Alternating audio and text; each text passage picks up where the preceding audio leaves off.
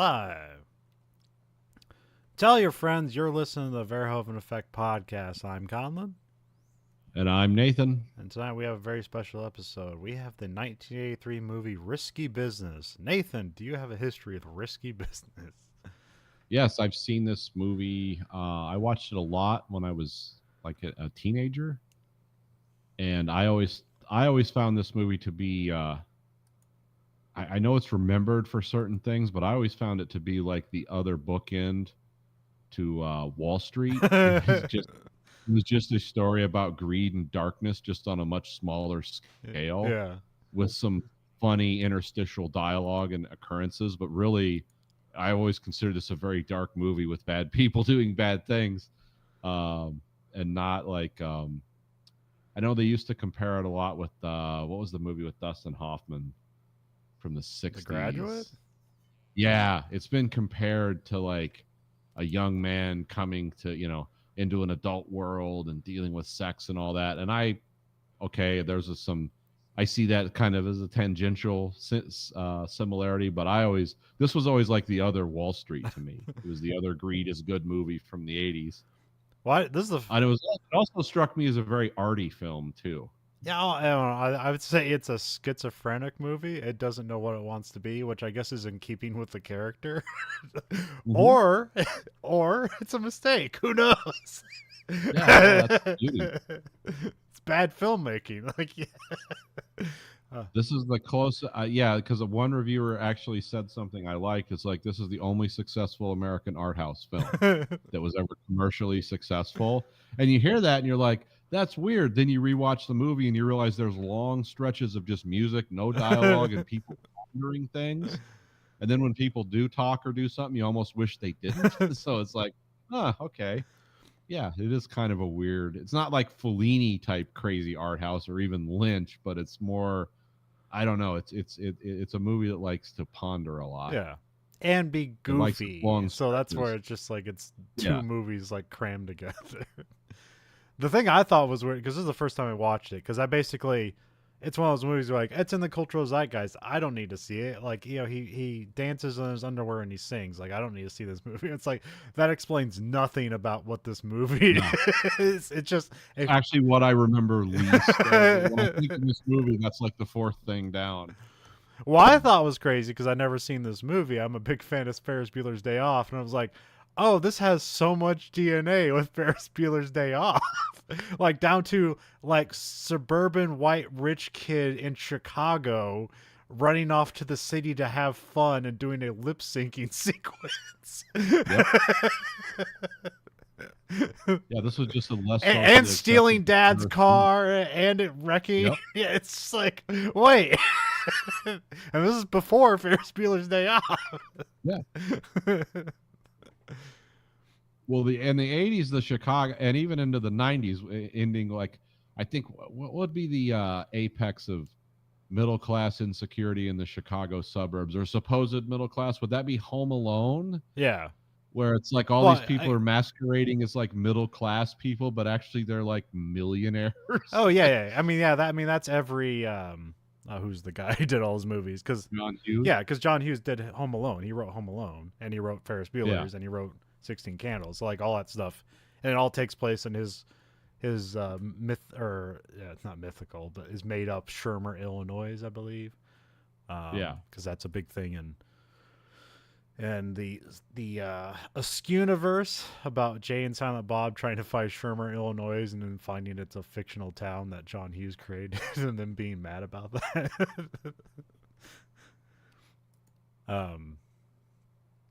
So like, I had kind of, I guess I had low expectations for this movie. I don't think it's necessarily like, oh, what a great movie. It's just like, oh man, what a weird movie. Yeah, it's the thing about it is it's strangeness. Yeah. It is again, it's not avant-garde weird like Lynch type weird, but it is weird and like, oh, this is how it presents, but its message is like so different. And it's not subtle either. You don't have to be up your own ass to like get the message of this movie. It's right there. Well, but a lot of people don't remember it apparently. Yeah. Well, yeah, because like all it's shown is like him dancing in his underwear. Yeah. and and lip syncing to I want the Bob Seger song, when really the thing that's most interesting about the movie is the Tangerine Dream soundtrack. And then well, also, like, I mean, there's stuff where it's like, I think even like in the first scene of the movie, it's a dream sequence. And then there's later on where it's like the doors get blown open, he's having sex. It's like, oh, this is another dream sequence. And it's like, no, that happened. Nope, that's real. You don't know. There's no cues to let you know. There's no like, well, what's the secret to knowing what's real and what isn't? It's like nothing. With strange music, that's always present. This is the first magical realism movie. Well, the one guy was right, though. I did like that. I forget who said it. And it was a later reviewer. It was a more modern reviewer. But yeah, he said, yeah, this could be America's only successful art house film. But no one remembers it that way because it was well promoted. Yeah. And they liked it, and the actors were beautiful and cool. And so it's like people just remember, it's like, oh, it's hijinks right before the end of high school. It's a coming of age tale. And it's like, no, it's about greed, exploitation, prostitution, sex, people living miserable lives. People getting taken advantage on, sexual abuse, Joey pants. Clearly underage kids having sex with sex workers.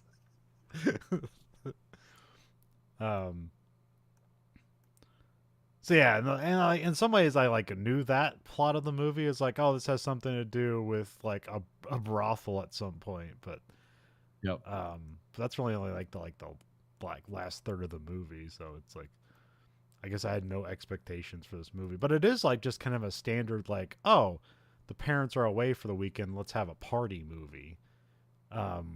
Which I don't know like where that started. I tried to look that up. Like, I'm pretty sure it didn't start here, because that's such a bog standard plot line for especially like teen comedies.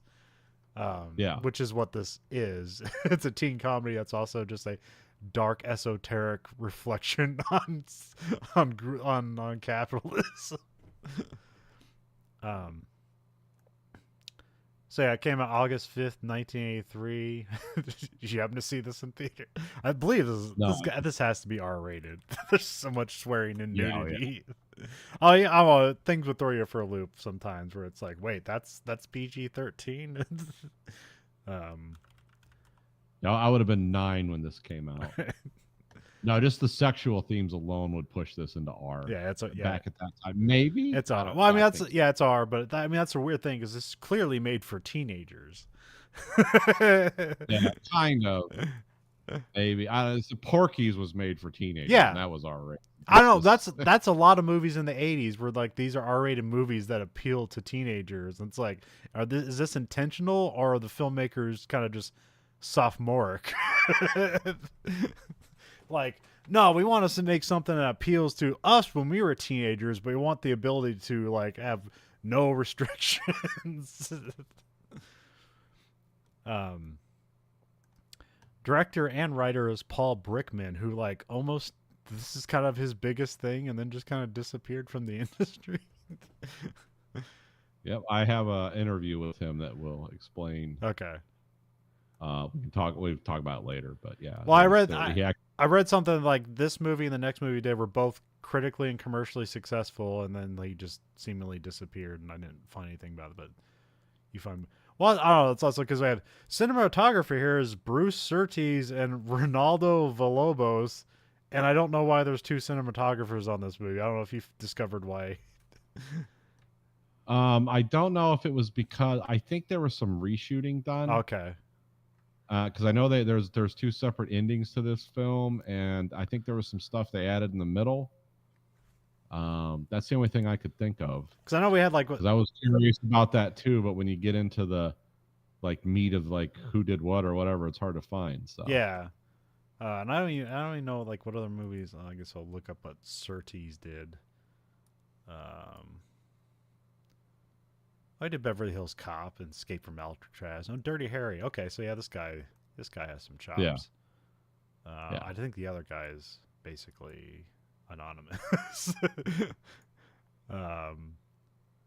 I did the Running Man in China Syndrome. Oh, he's not the cinematographer. He's like a camera and electrical guy. So this must have been a second unit guy that just did more work. Sometimes that happens on the movies, because we had like on Airport, like there's the guy, he gets credited as a cinematographer for exclusively doing all like the outdoor airport scenes, which basically just means he's a glorified second unit director. Where he did so much, like so much of his stuff he shot ended up in the movie. It's like, well, we have to give this guy a screen credit. So I wonder if that's what's going on here, because there's a lot of things where it's just like you said, like just, you know, shots of the city, introspection, and like music. So like maybe that's all second unit stuff that this guy brought to the movie that was like actually kind of what makes it more of a mysterious movie than probably what's presented in the script. Yeah, that would make sense if he was shooting all like the long scenes of the coast and people, you know, the houses and riding bicycles around. So yeah, that waiting for trains, shooting trains. And then we got the cast is Tom Cruise, which is like a star-making role. Rebecca De Mornay. I feel like, yeah, I know that name, but really I looked up her whole filmography, and the only thing that sticks out to me is this, which is the first time I've seen it. And then like The Hand That Rocks the Cradle, which I've never seen also, but that was in advertisements when I was a kid. It's like, oh, I know who she is, but really nothing else really sticks out from her career, even though she's pretty great in this movie. When I think of her, I think of Runaway Train is the first one that comes to mind. She also played the daughter in Testament, which was a film about World War III. And I can't think of what. She was the co-pilot in By Dawn's Early Light. Yes, that's one of our favorite movies that you'll never see. Our favorite guilty pleasure, the most ridiculous cool movie ever. I'm trying to think. Yeah, there was Hand That Rocked the Cradle, but when I think of her, I always think it's either it's actually By Dawn's Early Light and Runaway Train. Okay, because she kind of always plays a similar. She's a very striking actress, but she always kind of plays like every role she plays, she's like kind of the same person, just with whatever the background of the character is. Yeah, something kind of sinister about always her. Good. Yeah, she always seems like she's either smarter than everyone else or vaguely evil or something. I mean, like, Dawn's Early Light, she's like just kind of like a rookie pilot who gets blinded by the nuclear flash. Yeah. Is she blinded the whole movie, or is she just temporarily blind? I can't remember. Well, she was blinded in one eye. Okay, one eye. Okay, because they're putting up those like curtains, and like one flap was still open when it went off. Okay. Well, she didn't want to fly with the curtains through commercial traffic because she believed it was some kind of drill. Yeah. Or something. It's like there's no way they're actually doing this. That's like insanely dangerous to fly a B-52 through commercial airspace, and so she like at the last minute she puts the flat or the window things down, and then as one cracks open, she looks out and sees a nuclear bomb go off at their base. Their base got hit, and then of course who was the main guy in there? He's a cool guy, Powers Booth. Yeah. It's like you see, so it kind of like, see, this isn't a drill. I knew it. But she's like the smartest person in the movie because she's like comes up with plans and does stuff. And she decides that like, yeah, we're not going to carry out these orders because this just guarantees the world burns. We can't kill the leadership of our enemies because there's no one to stop the bombs. So yeah, it was. Didn't they do some move where they dropped off a nuclear bomb on one side of the mountain so they could kill some planes that were chasing them? Yeah, they're being chased by fox bats, which they had no chance of outrunning in an old B-52. So they, she's like, we're going to use like a nuclear countermeasure on a mountain. Because like because they end up on the other side of the mountain. The blast kind of goes off in the opposite direction, so they're able to escape it. Yeah, it's a interesting scene. Oh yeah, it's like, we remember it fondly, but I remember the last time I watched it, it was like, oh, this is more like MST3K fodder than like a great movie. Yeah. But it was also like a TV movie with like a crazy good cast. So it was one of the first HBO exclusive films. Yeah. That was back in the HBO Films era of the late 80s, early 90s.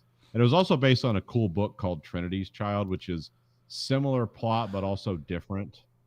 It was more of a long form thinking about, you know, the 80s and World War III, because I think it was set in like the early 80s. But yeah. So yeah, there was a lot of good things coming together with a mediocre budget and kind of a story that had been rewritten just for emotional impact. Yeah, but those are the movies I think about. Yeah, we'll get to that movie at some point. Yeah, it'll be there. It's waiting. It's a B movie that we like. So, of course, Joe Pantoliano, he gets third billing here. There's a bunch of people in this movie that like we'll bring up. So, oh yeah. This was in like the other iteration of the Matrix that, you know, because he wanted to be someone important. This was before that, so this was an earlier form of the Matrix. Which every movie I see him in, I'm always, from now on, I'm always like, so which form of the Matrix is he in here? Part 1, part 2, part 3? Because they said that happened so many times. Yeah. Just had to keep rebuilding the Matrix. Every time I see Joey Pants, it's like, oh, he's in this Matrix now. This one, he still has hair, but you know it's going. Yeah. Yeah, there was like, oh yeah, Tom Cruise looks so young here, but like, it's I guess they did something. I don't know how true this trivia is, but it's super weird. I guess he like worked out like a bunch to lose like 10 pounds when he's already like in an in shape person, and then he just ate a bunch of like ice cream and like bad food to like gain like fat back, so he had more of the baby face look to him. And it's like, oh, that's why he looks so weird in this movie. I believe it was something like that. Yeah, I don't know if it's true or not. Probably was. Yeah, I don't know. Hollywood's crazy with that. Yeah. Someone should write. Oh, someone probably has wrote a book about all the Hollywood crazy diets.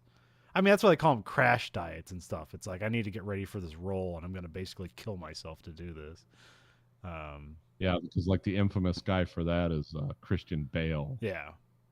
Has probably knocked 20 years off his life doing stuff like that. I'm going to lose 70 pounds for this role. I'm going to gain 100 pounds for this role. And like, so how long in between roles? Like, 4 months. Yeah. It's just like, you're a madman. I'm going to go from the machinist to playing Dick Cheney. No, but I'm not going to wear like any prosthetics to play Dick Cheney. I think he actually did, but I still. No, he went from the machinist to Batman, which is still like, I think it was like an 80-pound swing. And if you see him in the machinist, he's basically like, it's like looking at pictures of Auschwitz. Like, he is in terrible. Yeah, it looks like a crackhead in the final phases of like, or meth or whatever. Yeah, I mean, his stomach looks like a bowl with surrounded by his skin and bones. It's like, it's just like, it's awful. So. And then then he's in Batman in a few months later. Oh yeah, of course, like the music is done by Tangerine Dream, which we've seen. We've heard their stuff in Legend, also Tom Cruise, which was his next movie, and in Miracle Mile. So that's the Tangerine Dream movies we've done for this podcast.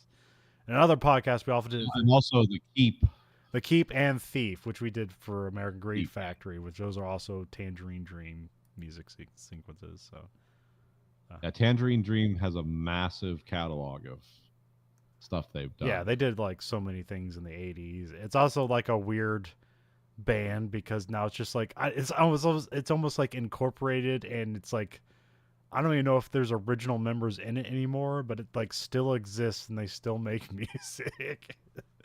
It's just got a rotating cast of European talent. Yeah.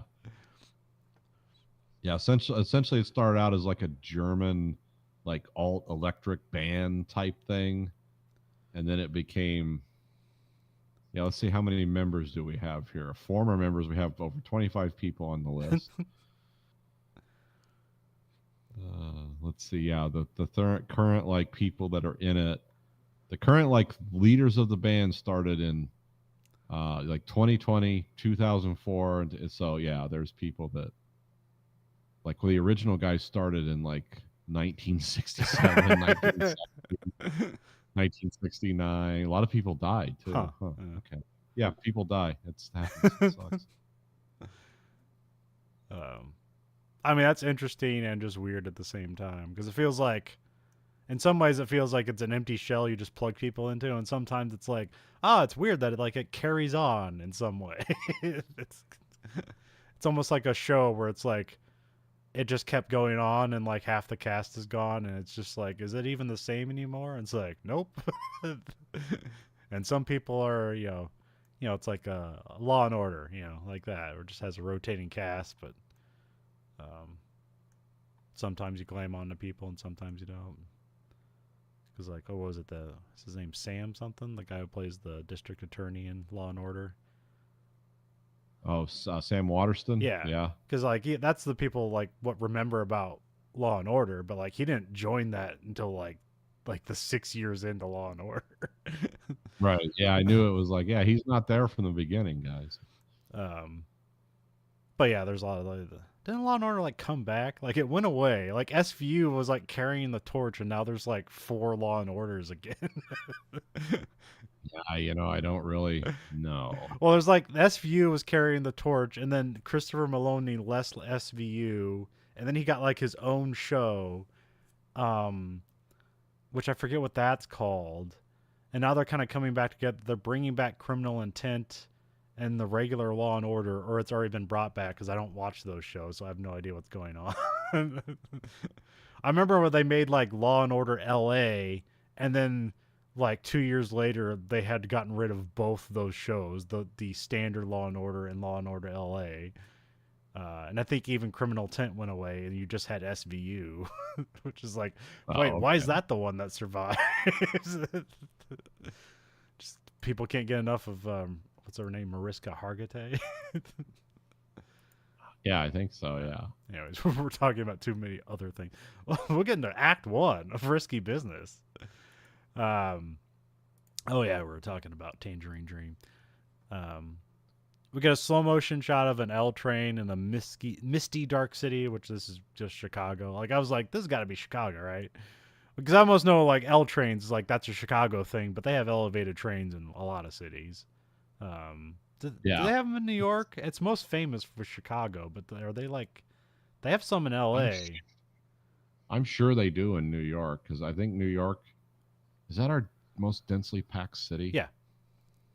So yeah, they probably have to have them in New York because I know it's like New York is like of cities from 100 years ago, and when you get out to LA, that's like cities of the 1950s or whatever. Yeah. So it's changed a lot. Well, it's like New York's most notably for like subways and stuff, but there's still stuff like even I think in you have to have L trains, yeah. Because even I think even in Chicago, like I think Chicago has like subways at some point, but even they like come out of the subway and go into an elevated platform or something. I don't know. It's been a while since I've been to Chicago and rode the L trains. That's fun. People always trying to sell you DVDs of movies currently in theaters. Yeah. Buy my rap album. There's no way I'm going to hurt you if you don't. That sounds great. Give me 2. Yeah, we get then we get purple credits as well. So I don't know. Yeah, and the music by Tangerine Dream. Right, 80s like vaporwave. Yeah. But like on the cusp, it's not like necessarily like following a trend. It's like kind of like I don't know. Oh no, yeah, this is coming out of the 70s. Yeah, this is its own, establishing the look of the 80s. Yeah, and the angst of the 80s too. Then we cut to a blinking eyeball through sunglasses, and we pull out to reveal Joel, Tom Cruise, who's smoking and talking about a dream he keeps having. And we kind of cut to the dream sequence where he bikes to a huge house, which I'm guessing this is just his house, although it looks like a mansion. So, but these are the houses of like we talk about in the. I keep forgetting his name every time. The Home Alone guy, John Hughes verse, yeah. Yeah, this is actually set in the city of Glencoe, Illinois, which is one of the wealthiest cities in America to this day. Okay. So this is the exclusive Chicago suburb. But yeah, I guess if you're gonna shoot a house, like, shoot the coolest house. Like, why shoot a ranch house when you can shoot a mansion? Oh yeah. And I guess this isn't really a mansion; it's just like a ridiculously large house. So, or would this be a mansion? I don't know where the distinction starts, where that ends or begins. So, I'm not sure. because there's I don't know. I'm not sure there's a square footage thing and also number of doors, or I don't know, or yeah. giant I mean, kitchen. it only has one door, but there's something. There only seems to be like 4 windows on the side. But there also just seems to be an endless amount of rooms, a basement, and a second floor has just as many rooms as the first floor. Um, I don't know. I don't even know if we actually go into the house, or is every time they go into the house that's just a set. It's probably just a set because that's usually how they shoot things. But I have no idea. Yeah. Could be, unless there's a lot of white light outside that house at all times. I think that was a set. Could be wrong. The house is empty, but he hears the shower. He walks upstairs and walks in on a girl showering. He's giving a voiceover here, and he even does like the voiceover for the girl in the showers. So then she's like, he asks her like, "Do you want me to leave?" And she says like, "No, I want you to come like rub my back or something like that." And so he tries to reach for the dream girl, and then like it's kind of this cool, like almost like Nightmare on Elm Street sequence where like the shower is being pushed away as he walks towards it. And so he can't reach her, and then like he tries to reach, eventually gets to the door and opens it, and it's just like the steam fills all the things, and all of a sudden he's in a classroom, and he's like late for his exams for his SATs, and so this is just building his whole nightmare here. It's like he wants a girl, but he has to take the SATs. Which is the plot of a lot of these kind of like suburban coming of age tales, where it's like, if I don't get into college, it's the end of my life. Yeah, I might as well kill myself.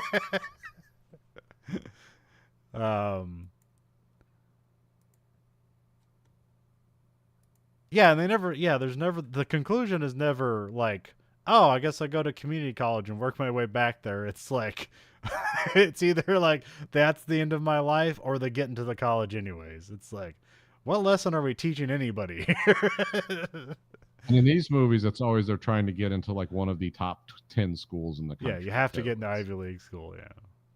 Which here it makes total sense because these are all rich people, and like that's the schools they go to. So yeah, there's a reason. Like there's a reason their kids are going to have the same house they are, just because of hard work and determination. Then we cut back to reality. It's a poker game with Joel and his friends. We get one of his friends, Barry. This is Bronson Pinchot? Yes. Pinchot. Who's like probably most famous for Balky and Perfect Strangers, but he's been in a bunch of things. You know the guy. His other friend's Miles Dalby, played by Curtis Armstrong. This is like both their first movie roles, which he became more famous the next year as playing Booger in Revenge of the Nerds. Oh, okay. That's right. Yeah. And he's basically kind of been playing a nerd character the rest of his career. Although here he's like kind of like a suave, like good-looking, like young man here. It's weird that like he in the next movie he kind of gets like a 5 o'clock shadow and is kind of like a dirty person, the dirty nerd, and that becomes the rest of his career. Also, I think they cast him because he's shorter than Tom Cruise. So, okay, yeah, that'll get good. But he's good here. So, oh yeah. Although I guess he wrote a diary, about like working with Tom Cruise at this time, which is kind of interesting because he said that like Tom Cruise was like always late and didn't respect people's time, but when it came time for like acting and camera time, he was like the perfect person to work with. So it's like, I'll be interesting to see what happens with him. He's like clearly a star. So, which I don't know what that's about. That makes it sound like Tom Cruise is just kind of like going out and having fun somewhere and forgetting things, but I don't know. Everything weird with Tom Cruise probably always ends up reverting back to he probably has dyslexia that he never talks about. I thought he was pretty open about that. I always thought because with like his Scientology stuff, they basically have to pretend that they have no weaknesses and stuff like that. So Oh, okay. I don't know much about that. yeah, because if he has if he's a Scientology and he has dyslexia, then Scientology didn't cure his ills or whatever. Oh, okay. I always thought that's why he was like, because he's always been described as incredibly hardworking, and like, yeah, he would always those are things I've heard about him. Like, he's infamous for doing his own stunts, Yeah. even though now he's getting older, but he's really hardworking and really hardcore and always driven. But I always thought that's that's probably like just compensating for but I have trouble with the scripts, or I need people to feed me lines, or I'm sure he's found a way to work around. Well, no, I'm sure what he has to do, which I don't know if this is what happens or not. I'm just imagining things. Imagining someone with severe dyslexia, that he has to have somebody during the nights read him the script every day until he can just recite it by memory because he can't read the script. That's my guess, because obviously we know how hard he works, so that seems like that'd be no problem for him. But also, why is he late to work? Well, he's up till 4 a.m. having somebody read him the script.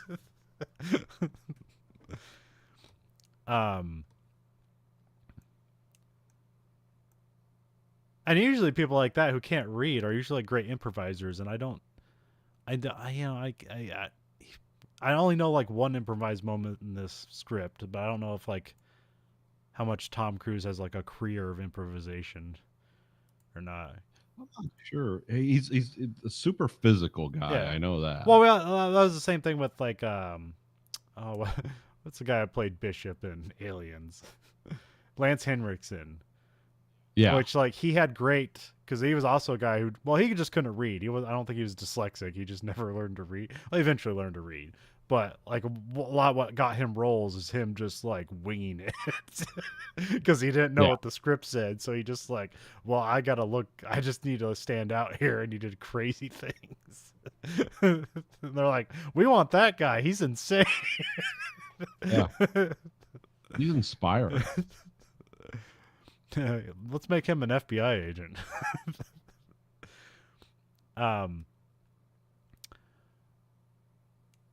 So yeah, they're all talking around the poker table. They want to gossip about whether he got laid by the babysitter or not. But he says nah, he's making. I mean, this all seems to be made up or whatever, but I have no idea. But he seems to but his excuse is no, I didn't have sex with a babysitter because that would have got me in trouble. Which is well, obviously this is all a lie. He needs to cover up that he's still a virgin, but that's not really it becomes a plot element of almost every teen comedy. But it's not really an element here. So it's just kind of in the air that's because presumably the end of this movie is a bunch of people losing their virginity. Yeah, this movie is about losing your virginity and also your innocence, and really any hope of the world being a nice place. But also, his friends don't believe him. And I like this one. He says, no, I think you ran home and whacked off. And he's did you take your bike there? He's no, I think you biked home and whacked off. And it's that's pretty funny. So we cut outside. Joel and Miles are talking. Joel thinks that Miles is set to go to Harvard. Miles mentions that Joel's parents are going out of town and he'll have the house to himself. And this is where they set up what's he say? His mantra is you know what, just fuck it or something like that. Yeah, sometimes you got to just say fuck it. Yeah. Which didn't catch on.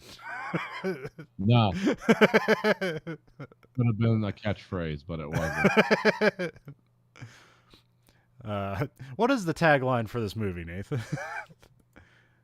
I got it right here. There's a time for playing it safe and a time for ... risky business. Okay. I couldn't read it on the poster. Oh yeah, that's where. Let's see here. Then we cut to the next day. He's talking with his mom, and his mom's wondering about his SAT scores.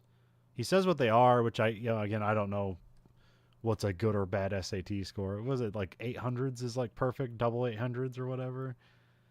I'm not sure back then. I think they've changed it. Yeah. Yeah, I never took the SATs. I only took the ACTs, so so like that was never that was never a concern. Like that nightmare I never had to live. Yeah, I took it and never went to college, so that tells you how good I did. I took the ACTs and I got into college. I got into Iowa, Purdue, and Iowa State. I went to Iowa State and dropped out. Then went to community college, dropped out, went back to community college, then went to University of Iowa, and finally graduated. So. Let's see. So the average SAT score in 1983 for math would be 494 and critical reading 503. Okay, he got like 600s or something, didn't he, or something like that? Yeah. Okay. I think so. So cumulatively, that would have been like 1,200. The perfect score is now 1,600, so that means you'd get 8 and 8. Yep. But that's like, if you get one of those, like they're gonna like send FBI agents to talk. Oh, what'd you do? Because they've had to change that whole system around a lot, and then some schools now don't even require you take one. Yeah, just because just give a donation. Yeah. Well, no, it's just like they'll do like entry interviews with you or whatever. Look at your high school transcripts, and because that's like a separate corporation that like that whole thing about testing to get into college. It was like those are independent. Those people don't work for or with the universities. They're like a private group, and yeah, it's become very polluted over the years with a lot of shenanigans. And so they have like hundreds of different tests now they give all throughout the country, and because they've had to expand to like 3 times the number of employees just to try to randomize stuff. Yeah. Because with the introduction of technology and this like alpha level cheating that goes on constantly now, it's like, oh boy, they got to move pretty fast to stay ahead of the game. Yeah, that's it. But you hear these stories somehow of people like getting through Stanford that like with computer science degrees, and they go and interview and they're like, well, let's see what you can do. And they like can't start a computer. I think those stories are anecdotal, but I hear those things and then it's like, yeah. And then all of a sudden like, well, we're not taking tests from this company anymore or that company anymore. And it's like, well, there's something going on, but I don't know if it's politics as in they're not giving me enough of a bribe or it's something different. I don't know. Maybe they just had rich parents and they got them like the best tutors that got them through school, but then as soon as school was done, they learned nothing and retained nothing. Yeah, but usually those guys get a job at like dad's firm or something. Like those guys. I've heard stories about that about doctors, and I'm like, what? It's like, yeah, they just got through school. Again, I don't know. That doesn't make sense, but you could. I don't know because like anything technical, it's like I don't know how you BS your way through technical. Well, it's like I don't know, because that's the thing is like, well, like because then like in regular school, it's like, well, if you get a D, you're passing. It's like, oh, so can you be a doctor and have a D average? It's like, no, like that's not how that works. I don't even know how it works, but you basically have to be at least a B student doctor to graduate or something like that, or maybe even A minus. I don't know. Well, when Stacy went to nursing school, you had to have a B+ average to graduate. Okay. Not give you a diploma or at the end or degree at the end of it if you fell below. I mean, for the average for the length of time you were in school. Yeah. So nursing schools, depending on what you're studying and how, if it's especially like what she did, where it was really compressed, it was like so many years compressed into like a couple years. It's like you have to have a very high average or they won't let us compress this because they'll say we're not teaching you. So, and also her in like 5 years after she left that or graduated from that program, they quit doing it because the dropout rate was getting up to like 70%. So it was absolutely ridiculous. She did 8 hours of homework 5 days a week and stuff. I was like, oh, this is nuts. But I'd say so. Yeah, I'm sure medical school's way like just otherworldly intense. But I would say, like, when you listen to, like, his grade point average and stuff like that, like, basically I had those stats. I had, like, a 3 point whatever I had, I had all the ACTs to get into college, but like I was never hopeful for Ivy League. But that's like what the difference here is. He's like a B student with hopes for Ivy League, and because he's rich, that's still possible. Yeah. Oh yeah. Yeah. You see that building over there? It's named after your grandpa. You're in. Oh, okay. But yeah, I hear mom's wondering about if he can take his SATs again to like make them higher, which I guess you can. I don't know if they replace them. Oh, yeah. I don't know if you can get like they take the highest score or if they take the latest score. I don't know how that works. I don't know. It was something my son obsessed about, and so I just kept paying for him to take the SAT. It's like, yeah, how many ever times you want to do it? And he knew how it worked, so he got like the best thing because he knew where he was weak. He's like, okay, I want to take it again and concentrate on that. And so I think he took it like 2 or 3 times or whatever. But him and his friends were always trying to see who get the highest score, in their group too. Well, that's a good friend group. Oh yeah, his friends in high school. He had the football boys, and then he had the other friends that were like really good at school, like all scholarship students at universities now. And it's like, yeah, he had interesting friends in school. Yeah, I don't know how it works in like other schools, and obviously sometimes if you're talented enough, you can get away with it. But like I played sports in school, and you had to have like a 3.0 average to play. You couldn't play and be a dumbass. Oh, yeah.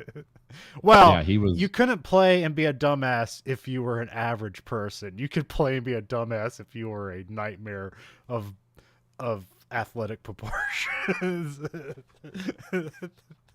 No, or he went to school. They had the state the year before he started playing had issues with like just riding the kids along that were really good.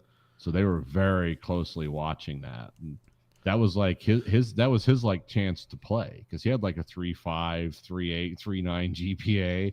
He's like, I'm just hoping one of the dummies like their grades fall low so I can start. I get to be a starter if dumbass here can't read. That almost happened for him once too. He's going to be the tight end. I shouldn't actually say positions. That might reveal someone's name. But yeah, it's yeah, that was always his hope because because part of the scholarship he got to go to the school he did go to was because he had such high grades while he was a student athlete. Oh, okay. That's why they gave him that partial scholarship. Is like, oh yeah, he played sports and had like a really high GPA. Yeah, I remember in middle school I had like a 3.7 GPA, and I got in school suspension one time, and I went to a basketball game, and I was like, oh wait, I can't play because I'm in school suspension. Yeah. Guess I'm sitting on the bench tonight, boys.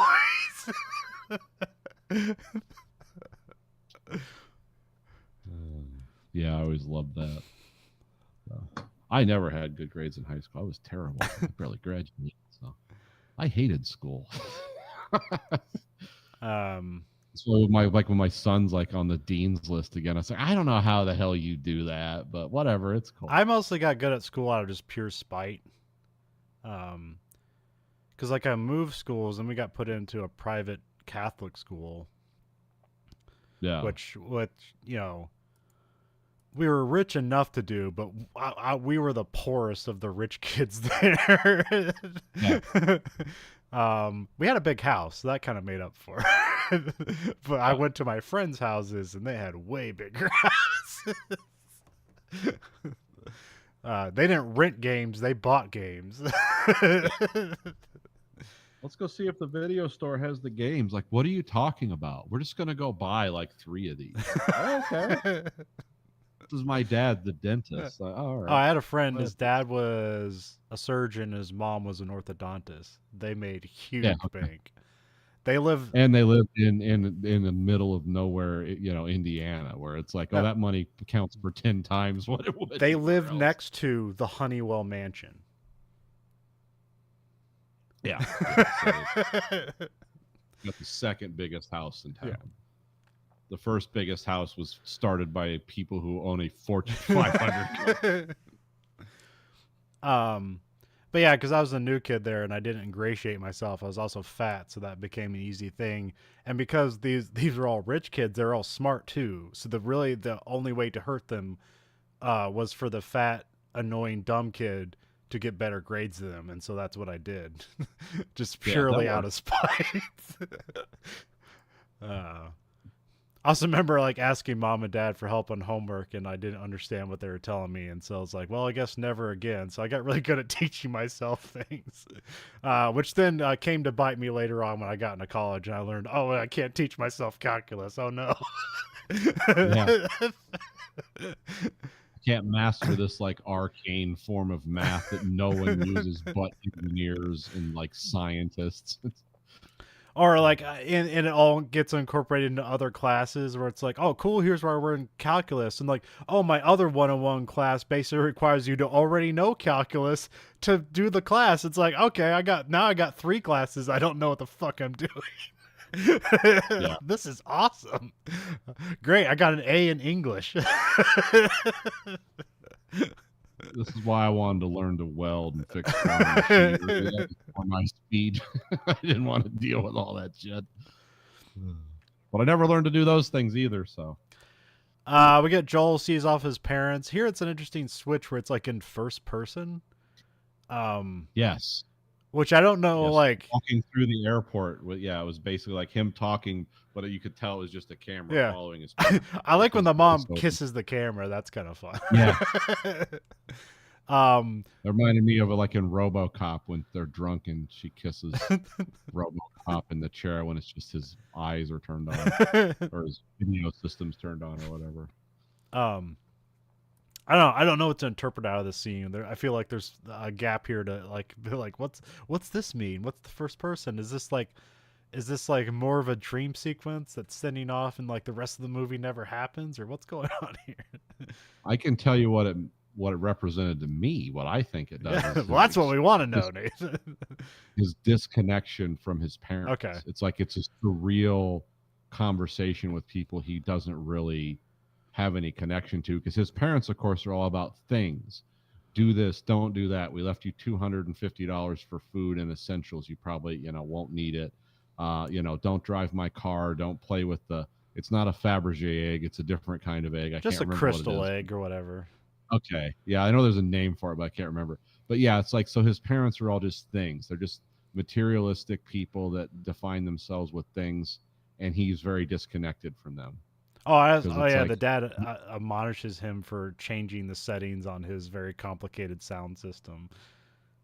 Yeah. Which again, another like Ferris Bueller also has a complicated sound system. So. Didn't we price that out once on a show what that equipment he had would have cost at that time? Yeah, well, yeah, I think the phrase is like he wanted a car and his mom got him a computer, and it was actually like, well, no, that keyboard next to you was like, it's cost like was like $40,000 or something like that.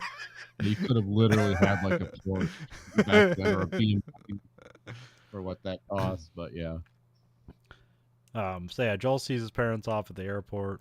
So now that obstacle's out of the way. So that being the end of Act 1, we got Act 2. Joel pours some rum and Coke for himself, and then he sucks on some frozen dinner like he didn't even bother to cook it. Like, this is weird. No. He just wanted to get the flavor out of the frozen Salisbury steak. By the way, no one who lives in a place like that is eating frozen dinners. You're calling it a pizza. Yeah.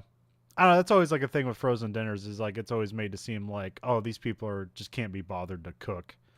Yeah. I don't know. I've never seen a frozen dinner look this bad. Do you remember frozen dinners ever looking this bad?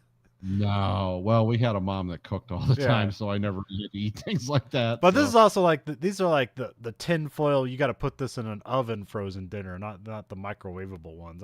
This is I don't know. This is the original Hungry Man, like from the 70s. With a bunch of aluminum foil, and it's what did people say? It was all like horse peckers. And it wasn't like, but actually it was. He just didn't want to be.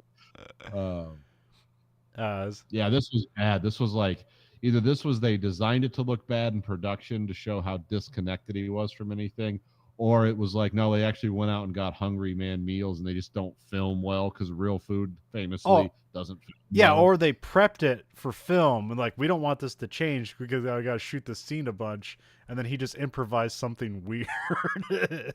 Yeah. Like, this food looks better frozen on camera, and then it'll last longer for multiple takes. And they're just like, no, this is practically stupid. So this is how the scene happened. I don't know. I have no idea. I'm just guessing at production here. So just suck the glycerin off of it that we put on to make it look shiny on film. Yeah, there's a bunch of YouTube compilations about how they make like commercials for like food commercials, and that stuff's amazing because it's like all the artificial things they have to do to make food look awesome on screen. It's like, oh yeah, that's not how it looks, that's how it tastes, and sometimes it's not even the actual food. Yeah, I was because I do the airbrush stuff, and I was looking at airbrushing videos, and it's like, yeah, that's like something like that. Because it was like, oh, we're airbrushing apples today. I was like, what's that all about? And it was for a TV commercial, but they were using my airbrush or my model, shooting glycerin through it on like apples and oranges because it gives them a reflective surface. And it's like, oh, that's weird. And you got to thin it with alcohol. so it's like what happens is you cut it 50-50 with alcohol and glycerin, and then you spray it on, and as the alcohol evaporates quickly, the glycerin will have a really shiny sheen to it. So it's completely inedible by the time you're done, but man, it looks like the most delicious apple you've ever eaten. That's cool. Who thought of that? What devil? What is this? You know. So yeah, here we cut from here to like the famous scene from the movie where he slides into frame within a door frame, which is just great filming, I guess. The frame within a frame. He does the underpants slide, and he starts dancing. He lip syncs to Bob Seger's Old Time Rock and Roll, which I tried. Which was a song that was 5 years old at this time. Yeah. I thought that song came out for this movie. Like, no, before it. I've had a weird, because my knee-jerk reaction to this song is like, this song is stupid because it's not an old-time rock and roll song, but it's talking about like, that's what I miss. And it comes out in 79, which I know it even mentions here that like it hates disco, and that seems to be his big hang up. It's like, oh, this is where music is going. I'm like, motherfucker, it's the 70s. You can find good music. Yeah. I guess you don't like prog rock. I mean, I guess you're gonna miss out on a lot. You know. I was gonna say music. The 70s was actually for me, for a guy like me who was into all kinds of weird prog rock and the Jethro Tull, Pink Floyd stuff. Like that was the golden age of music. I don't like anything except the Beatles and a few other things, which they were essentially like proto-type music like that anyway. It's like, yeah, the 70s, it's like, oh, it's all disco. It's like, no, it's not. Only the biggest rock acts in the universe existed then. But yeah, sometimes people get this, I don't know. Well, I tried to look up the deeper meaning of the song. It's like, does it have a deeper meaning? Am I just misinterpret it? And like, no, it's well, I guess he didn't even write the song. He just liked it. No. But yeah, there's no deeper meaning. He's just like, oh, music sucks. I guess I don't know, because I don't know if this also works back to like, oh, the day the music died, which basically Buddy Holly died or whatever, something like that. So, because that's directly with what's that song about? Took the Chevy to the levee was dry. That song. Oh, that's yeah. I know this. I can remember. Bye bye, Miss American Pie. This will be the day that I die. Yeah, who did that? Remember the lyrics? Don McLean. American Pie. Nope. American Pie. I always wanted either Ministry or who else to do a cover of that? Ministry or Nine Inch Nails. No, Leonard Cohen. Oh, okay, yeah. I want Leonard Cohen to do that, just playing a piano with very distant vocals. But Ministry doesn't exist anymore, and Leonard Cohen's dead, so I'll never get my dream. Oh, Ministry still exists. I mean, as long as that guy, the guy's still alive. He put out a album 2 years ago, so. That's right. Yeah, he did. He did a weird version of what's that song? Search and Destroy. I liked it. Oh, did he? Yeah. To check that it's out. like I don't know. It's like a slowed down, crunchy version of Search and Destroy, but I like it. Huh. I mean, it's not the Ministry you want, but it's the Ministry you get. I mean, it's like KMFDM. It's like, are they still around? Yeah. Like, do they make good music? And like, yeah. But is it the same as their stuff? It's like, yeah, some people get to make AC/DC and some people got to make new music. I don't know what to tell you. Yeah, there's only one AC/DC. Oh, there's bands that get to make the same music for their entire careers, but AC/DC doesn't get like, for some reason they don't get like that. They don't get the guilt put on them that they need to evolve. It's just like, no, let's have fun. Yeah, please just play the hit. I like when I hear those stories about people that get mad at comedians because they just don't do all the stuff from like an album. We want to hear that. It's like, why are you coming to hear live entertainment thing? Just watch that. Yeah, that's already been packaged as an album, sir. You can go get it.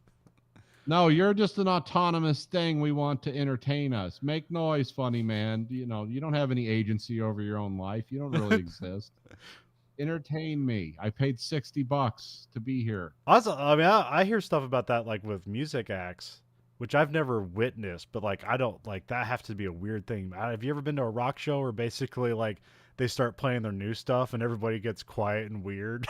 And like, no, I know what that phenomena is because in music, they want that because that was always the thing. It's like, yeah, you can just do the same material. Whereas comedy had to come up with new material, but now the thing is like in comedy, it's like, no, I want to hear the things that made me laugh 5 years ago before the world sucked.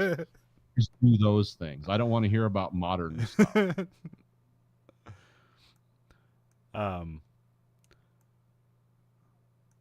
Then we cut to I think it's the next day. Time is weird here. Like it seems like his parents go on their vacation like on a Tuesday or something. And it's on like a month or so. Yeah, you know, it doesn't make a whole lot. There seems like there's 4 Saturdays in a row and and then a Sunday. You only gave him $250 to eat. Yeah, that's the thing. Like the surreal elements of this movie are everywhere. Like, because time is an amorphous concept. Yeah. It's like if you try to put down the timing in this movie, you'll go crazy. But if you just watch it, it's like, this is cool. Yeah, I mean, you're going full Verhoeven effect here because there seems a lot of things that were like, these seems to be errors in filmmaking, but there's enough here to make you think that it's intentional that you give them the benefit of the doubt, which is a very lucky thing to get for your movie. And I don't know if you created that or if it just turned out that way. So that's the important thing. It's like, maybe they do this on purpose, or do people just like the performances so much they forgave it? And nobody has an answer for that. I've looked. Or it could have been like saved in editing or something. I don't know, Nathan, look up the editor. Does the editor of this movie have other famous things he done? But I believe it cuts to the next day, and there's a rumor that Miles got into Harvard. Here Joel's like talking with his friends. Okay, hold on. Okay. Editor, this is important. Richard Chew, 1977, Star Wars. Okay. So yeah. This movie was probably saved by editing. That answers that. Rarely did you just knock it out of the park like that. It's like, was it saved in editing? Thesis approved. Now okay. Yeah. So now we've answered that question, everyone. Yeah, like Joel, like they're having burgers at some shop. Like again, I think this is supposed to be like in the middle of the school day, or they're just not going to school. I have no idea. This is like every comedy TV show where it's like, do these people have jobs or not? Like, what's going on? But yeah, I don't know. Joel here says that he wants to do something more important than just make money, because everybody else talking about like jobs they can get with the education they have, and it's like, oh, like I have a cousin who like is a dental hygienist and makes $60,000 a year, and like even in today's economy, it's like, holy shit, where can I get that job? Yeah. But if they're making that back then, like, holy, where's that happen? Oh wait, no, it's not a dental hygienist. She's like, was it?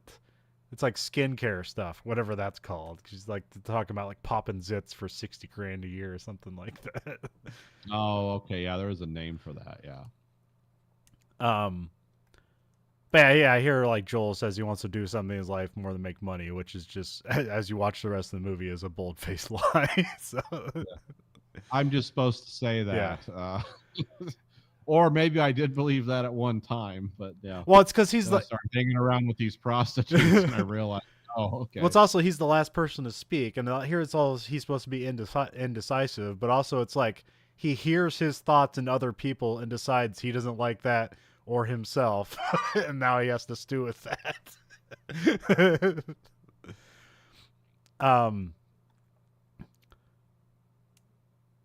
Then we cut to like a boring economic class, which again, this is like another like direct connection between this and Ferris Bueller's Day Off. Although here it's like a club, it's like an economics club or something like that. Yeah. And what are they selling? Like just some box with like a light on it that's like for salespeople or something. I don't know. It's stupid. Yeah, it seemed like almost like they were selling a sales motivation tool. I didn't really get it. I don't think it's like what they're selling is important. I think it's just like how they sold it. Oh yeah. Oh, I see. Okay. I thought it was okay. So it was a sales motivation tool, but it was just actually that. It wasn't a soul. Involved in a bar of soap, and it's like, yeah, just sell this thing. Okay. Oh well, there's a mention. They have like the presentation of all these businesses things from other schools, and they talk about the money they made. I'm like, is that the money you actually made, or is that the money you pretended you made? Yeah. I think it was pretending. Okay. Because I've taken economics classes before where you've got to like get the newspaper, and it's like come up with it like which stocks would you buy and sell, and then we'll have like a fantasy football type thing where we stocks. And I usually came up to be even, which is actually, considering I didn't know anything about it, I was like pretty chuffed. It's like, well, I didn't lose $50.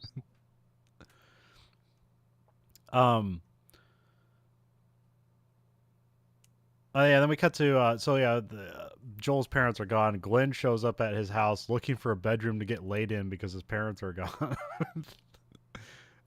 Which is a thing in other movies where it's like, oh, we gotta have sex. Whose parents are gone?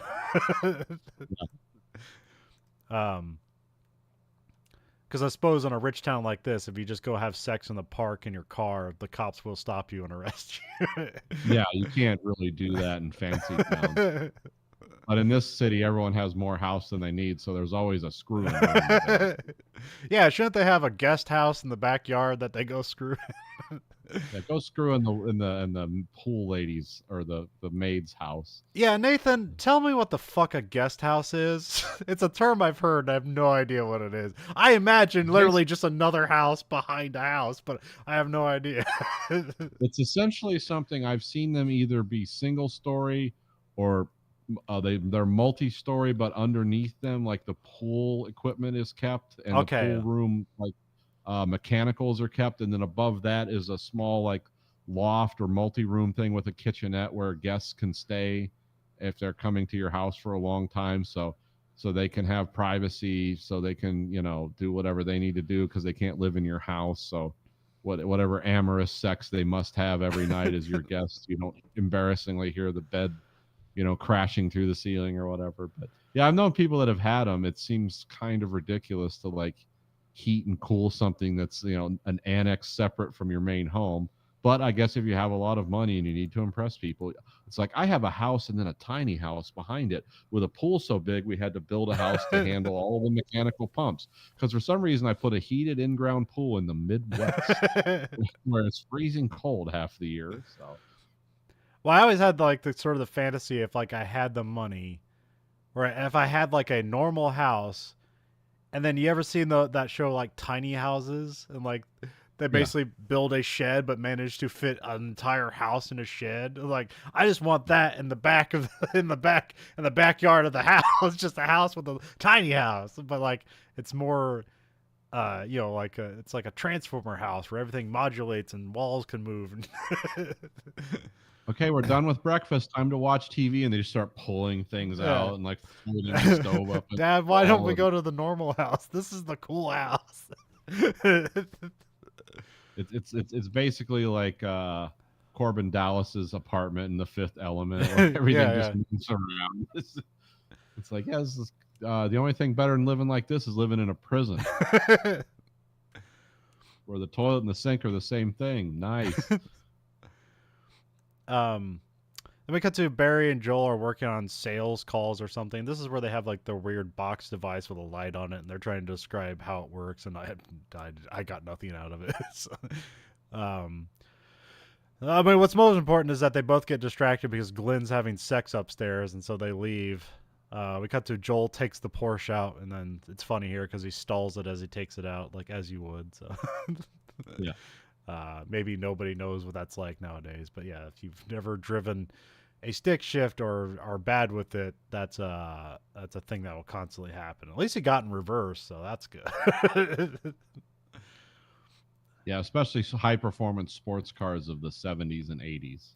Yeah, which I've never driven before, but I have to believe dropping the clutch on the first gear on that has to be like a very tense and nightmarish situation. I have actually driven a Porsche 928 once. It was old, but it wasn't actually hard to drive. Is that what this is? Is this a 920? Yeah, this is a Porsche 928. Okay. This is the only Porsche that ever had a front engine mounted V8 with rear wheel drive. So it was basically laid out like a conventional car, like we would understand it, instead of like the 911 where everything's in the back and stuff like that. And this had a V8 engine, which was very unusual for Porsche. Usually they like the boxer 4 cylinders and stuff like that. But yeah, I've driven one of these. They're a lot smaller inside than what they look. It's like you'd think there'd be a lot more room in there. What? Because they also had this insurance feature where they had the weird back seats that no one could sit in. Oh yeah. Which is like for the American market, didn't had our uncle have that because he had like a Jaguar with the barely usable back seats for insurance purposes? Yeah. Okay. Yeah. Yep. So yeah, cars like that are fun to drive. The sight lines suck. Just huge blind spots in them. But man, when you hit the gas, they go, and they just keep going. Is a Porsche a more affordable sports car? Because I feel like I've seen Porsches. I've never seen a Ferrari in real life or a Lamborghini, but yeah, I think they're more affordable. Okay. I tried looking up modern Porsches, and they said like the 911 Carrera is like $120,000. They're like, okay, that's not affordable, but also like a Ferrari is like $1 million. So it's like, okay, I guess you can afford that. Yeah, I mean, in this era, I don't know where the specs on. I think I found something that said that at this time, this car would have cost like $40,000, which yeah, that sounds about right. Which doesn't seem. I don't know what it converts to today. It'd probably be like $80,000 or something like that. But $40,000 back then doesn't seem like impossible. So. No, well, you got to remember too the life expectancy because BMW a 3 Series was like 20,000 in the 80s. Okay. And then like a 4 or 5 Series like 40,000. But the problem is the life expectancy of vehicles back then versus now is like, yeah, you could spend $40,000 on a car back then.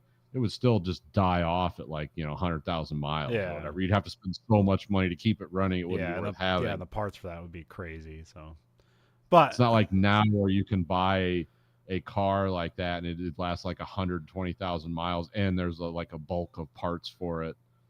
But this also isn't his dad's daily driver. This is his second car for fun that you don't drive year-round. You just drive something like that around so everyone knows you're cool. I mean, those cars are fun to drive, but I see even if I had the money, like I would have cars like that and I would tow them with my truck to a track where someone would teach me like how to drive them on a closed racetrack because that's the only way those cars are fun. Yeah. If you're not driving something like that, if you have money for something like that, get a big diesel truck and just scare the hell out of all the people around you because you can't drive that sports car at 130 miles an hour down the freeway. Or get something like a Miata where it's fun to drive because when you push a Miata to its limits, like it's only going like 60, but it feels like it's going 100. Yeah, you think you're like, oh, I'm ready for Le Mans. Yeah, like, yeah. This is what I'm doing. Like, no, your car weighs 1,200 pounds. That's what's going on. Yeah, you can take a corner at 60 miles an hour, but also that's like that's your top speed. I mean, not really, but if I had the money, I would literally drive like a Super Duty diesel with like just it's like, yeah, pull right up behind me. Go ahead. I'm going to put as much metal between me and everyone else. I would have a snowplow on the front year round.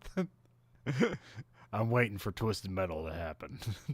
Yeah, that's pretty much what I would do, because people don't mess with you when you're in trucks that big. And I would like it to be a stick shift, even though I don't know if they make them anymore. But I would love to have something where I have to violently move a giant bar and just the diesel engine's just rattling the whole time. I have to change gears like 15 times to get up to 20 miles an hour. I would probably enjoy that in a sick way. We got to the inside of the car. Barry and Joel are talking about Glenn having too much sex. There's a fun thing here where like he confuses fucking and boffing as being two separate things. Yeah, didn't one of our Supreme Court people make that mistake a couple years ago? Probably. Yeah, because the one weird guy who likes to drink all the time, and he had lists of names written. That was the guy's name. Oh, is that? Oh, is that one? One where the lady came on and said he was like a sex pervert. Oh, okay, yeah, that's one of the Trump hires. One of the Trump appointees. Yeah, of course it was a Trump appointee, of course. But yeah, why does the name Kavanaugh come to mind? I can't remember. That's his name, Kavanaugh. Okay. Yeah, Justice Kavanaugh. Yeah, he had like something written down on the list is like, oh, I'm boofing these chicks, and everyone's like, so what does this mean? He's like, oh, you know, like when you boop their nose or what? It was just like, yeah, and that's not, you're a 23-year-old college student. That's not what that meant. Yeah, it was funny to hear this conversation. It's like, oh, this reminds me of, you know, a Supreme Court nominee was playing this game. Oh man, you gotta like, there's a podcast called A Lab, All Lawyers Are Bad, and like they're like kind of like background on him, and like the guy he clerked for is a fucking nightmare. It's an amazing podcast. You have to listen to it. Oh, I have that podcast on my phone. That was the one we listened to, or we talked about, where it explained like the Alex Jones lawsuits, and it just broke it down. Yeah. And they were like, well, at several points along the way, he could have got out of that by compromising it all, but he decided to be an idiot and just, like, against his lawyer's advice. It's like, yeah, why do you hire a lawyer and then not listen to them? I mean, you might not like what they say, but there's no way your ego is going to carry you through the American legal system. Especially when you're like taking people's dead children and saying it's fake. It's like, nobody likes that. That's not a winning move for anyone. But anyway, we're getting way off. We got a quick drag race that happens, and there's some reverse donuts in the parking lot. I'm almost like scared here. I was like, did they just film this in reverse, or are they doing this in reverse? Because that's good backward driving, especially with the visibility you say that thing has. Yeah, it was definitely a closed set. Reverse. We cut to the next day. Miles is trying to convince Joel to get a call girl. Miles calls a call girl to his house. Miles won't give him the number to call it off. We got to a montage of chores. Then it's night and Joel's doing homework and a cab pulls up. There's a ring at the door. We see like someone in pink leggings walk up to the door, and then Jackie shows up at the door. I don't know at this time if this would be considered a trans woman or just a cross-dresser. I don't know what they mean at this time. But for what's going on here, for this era, they handle it pretty well for what terrible things they could have done. Jackie ends up being a helpful character. I would consider this like more in the vein of like transvestitism at that time. Yeah. Like when you call Jackie, you know what you're getting. There's no like deception there. So it's like, okay, I want this experience. So that's how I read it. I never even thought about the transgender. That's how I read it. But then again, I was totally sucked into an 80s movie. So well, yeah, did that stuff exist back then? Maybe. Yeah, I don't know. No one was talking about it. So. I'm trying to consider like what were they thinking at the time. Because mostly I think a lot of things do at this time this happens, and then would just be that the joke they end up making would be about like, oh, this guy is trying to rape this other guy. Isn't that funny? And it's like, no. So here they don't do that at all. It's like, okay, well, you wasted my time. I want some money. And by the way, here's the girl you want. Here's the girl every white boy that lives by the lake, I think they say, wants. Which is supposed to be the original title of the movie. What's that? White Boys by Lake Michigan. Okay. Privileged White Boys by Lake Michigan. It was actually the title the director wanted. Oh, okay. And the studio was like, no. No. Sometimes the studio's right. Yeah. Joel calls up Miles and he wants them to come over and like handle the situation. But Jackie comes in and makes a deal to get like $75 for wasting their time, and Jackie gives Joel a number for Lana, saying it's what everybody white boy off the lake wants. Then we cut to Joel's whacking off to a fantasy about being busted by the cops while having sex with a babysitter. This is almost like an Airplane type moment for this movie. It's like, what's this movie want to be? It's a fantasy standoff nightmare. His parents show up.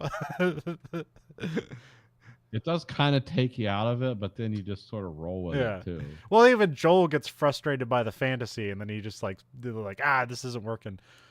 Then Joel starts looking for the classifieds, like looking for another call girl, but then crosses them all off.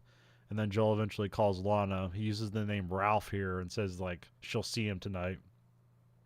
Then we got to Joel cleans up for his escort by like shaving the non-facial areas.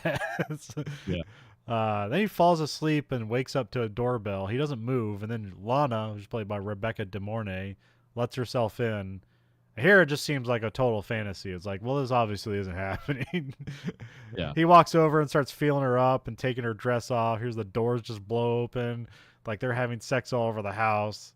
Then we cut to the next day, and then Lana's there, and it's like, well, obviously this is real. It's like, oh, that all just happened. It's like, there's no way the hell happened. But yeah, they're saying it all happened. So,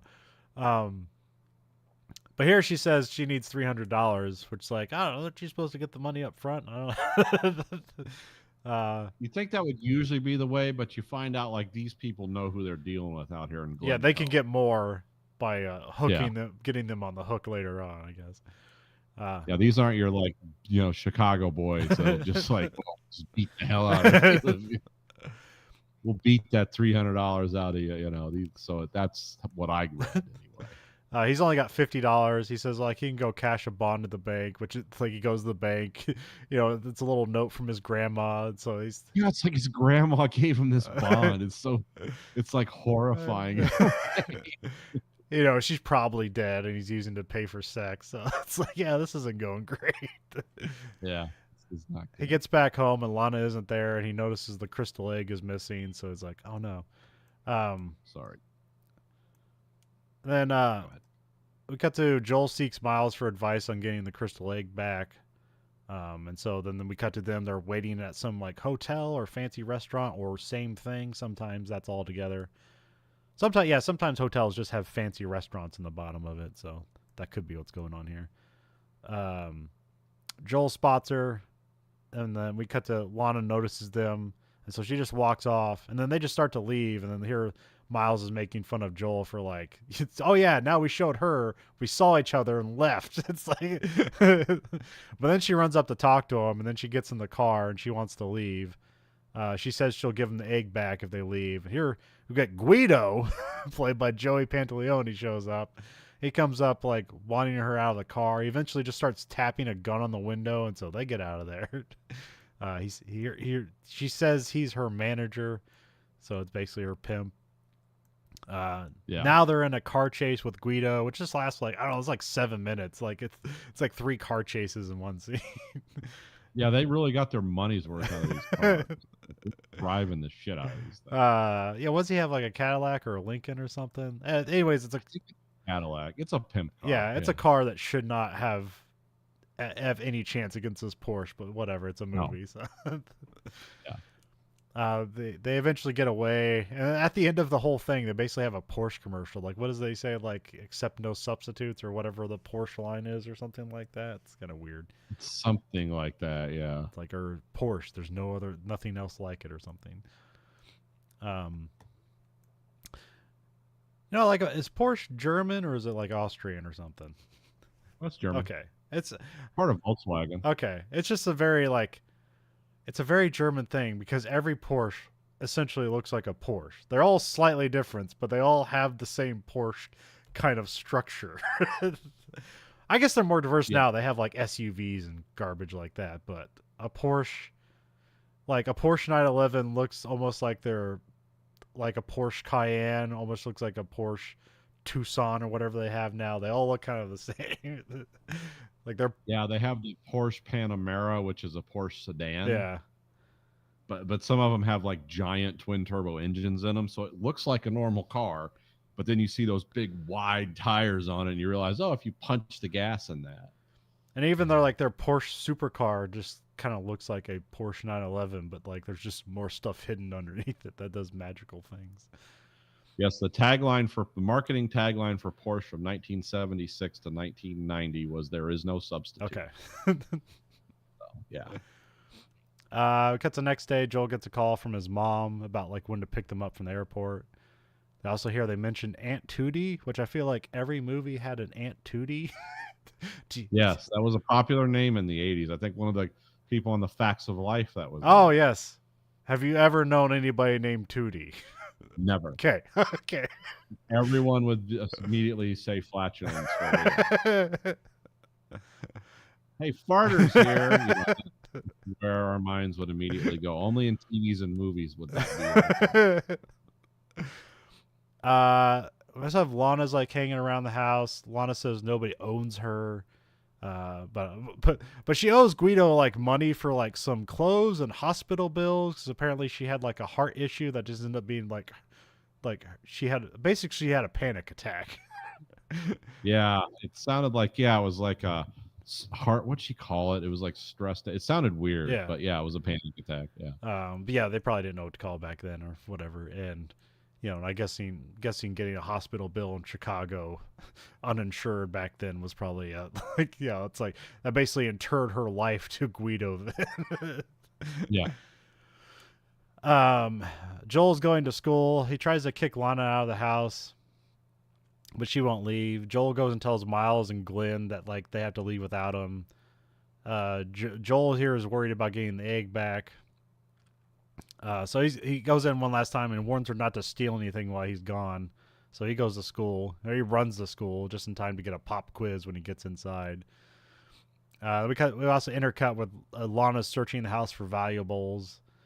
And then we come back to Joel's waiting for school to end, where he's like when he says something like, "Oh shit, come on," just because like doesn't the clock like tick backwards one before like the bell rings or something like that? And he's like, "Yeah, it's something weird." Lana takes the Porsche to the train station, which I guess she ends up getting it back. I thought for a moment here she just like left the Porsche at the train station, but I guess she ends up coming back to the house because she's going to pick up her friend Vicky. Back at home, Joel's like worried that Glenn had sex with Lana, because I guess now he's protective of Lana when he thinks of the idea of other people having sex with her, which it's like, well, I mean, that's kind of her thing. So that's sort of her job, but yeah. But he ends up, Glenn slept with a different escort. He slept with Vicky.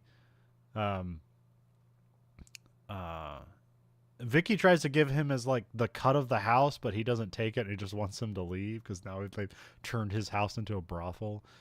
Then they leave. Then we cut to Joel's lifting weights in bed, and there's like a commotion in the front lawn with Guido. Lana and Vicky. Joel has a confrontation with Guido where he's just like, "Hey, can I help you?" And then Guido just kind of threatens him. He's like, "You better not make me come back here." But like Lana and Vicky are kind of like hiding in the house upstairs, yelling at him. Then we cut to TV dinners with Lana and Vicky, where this is just another just weird, funny scene. Here, at least the TV dinners are cooked, so that's different. Yeah. Then we cut to night.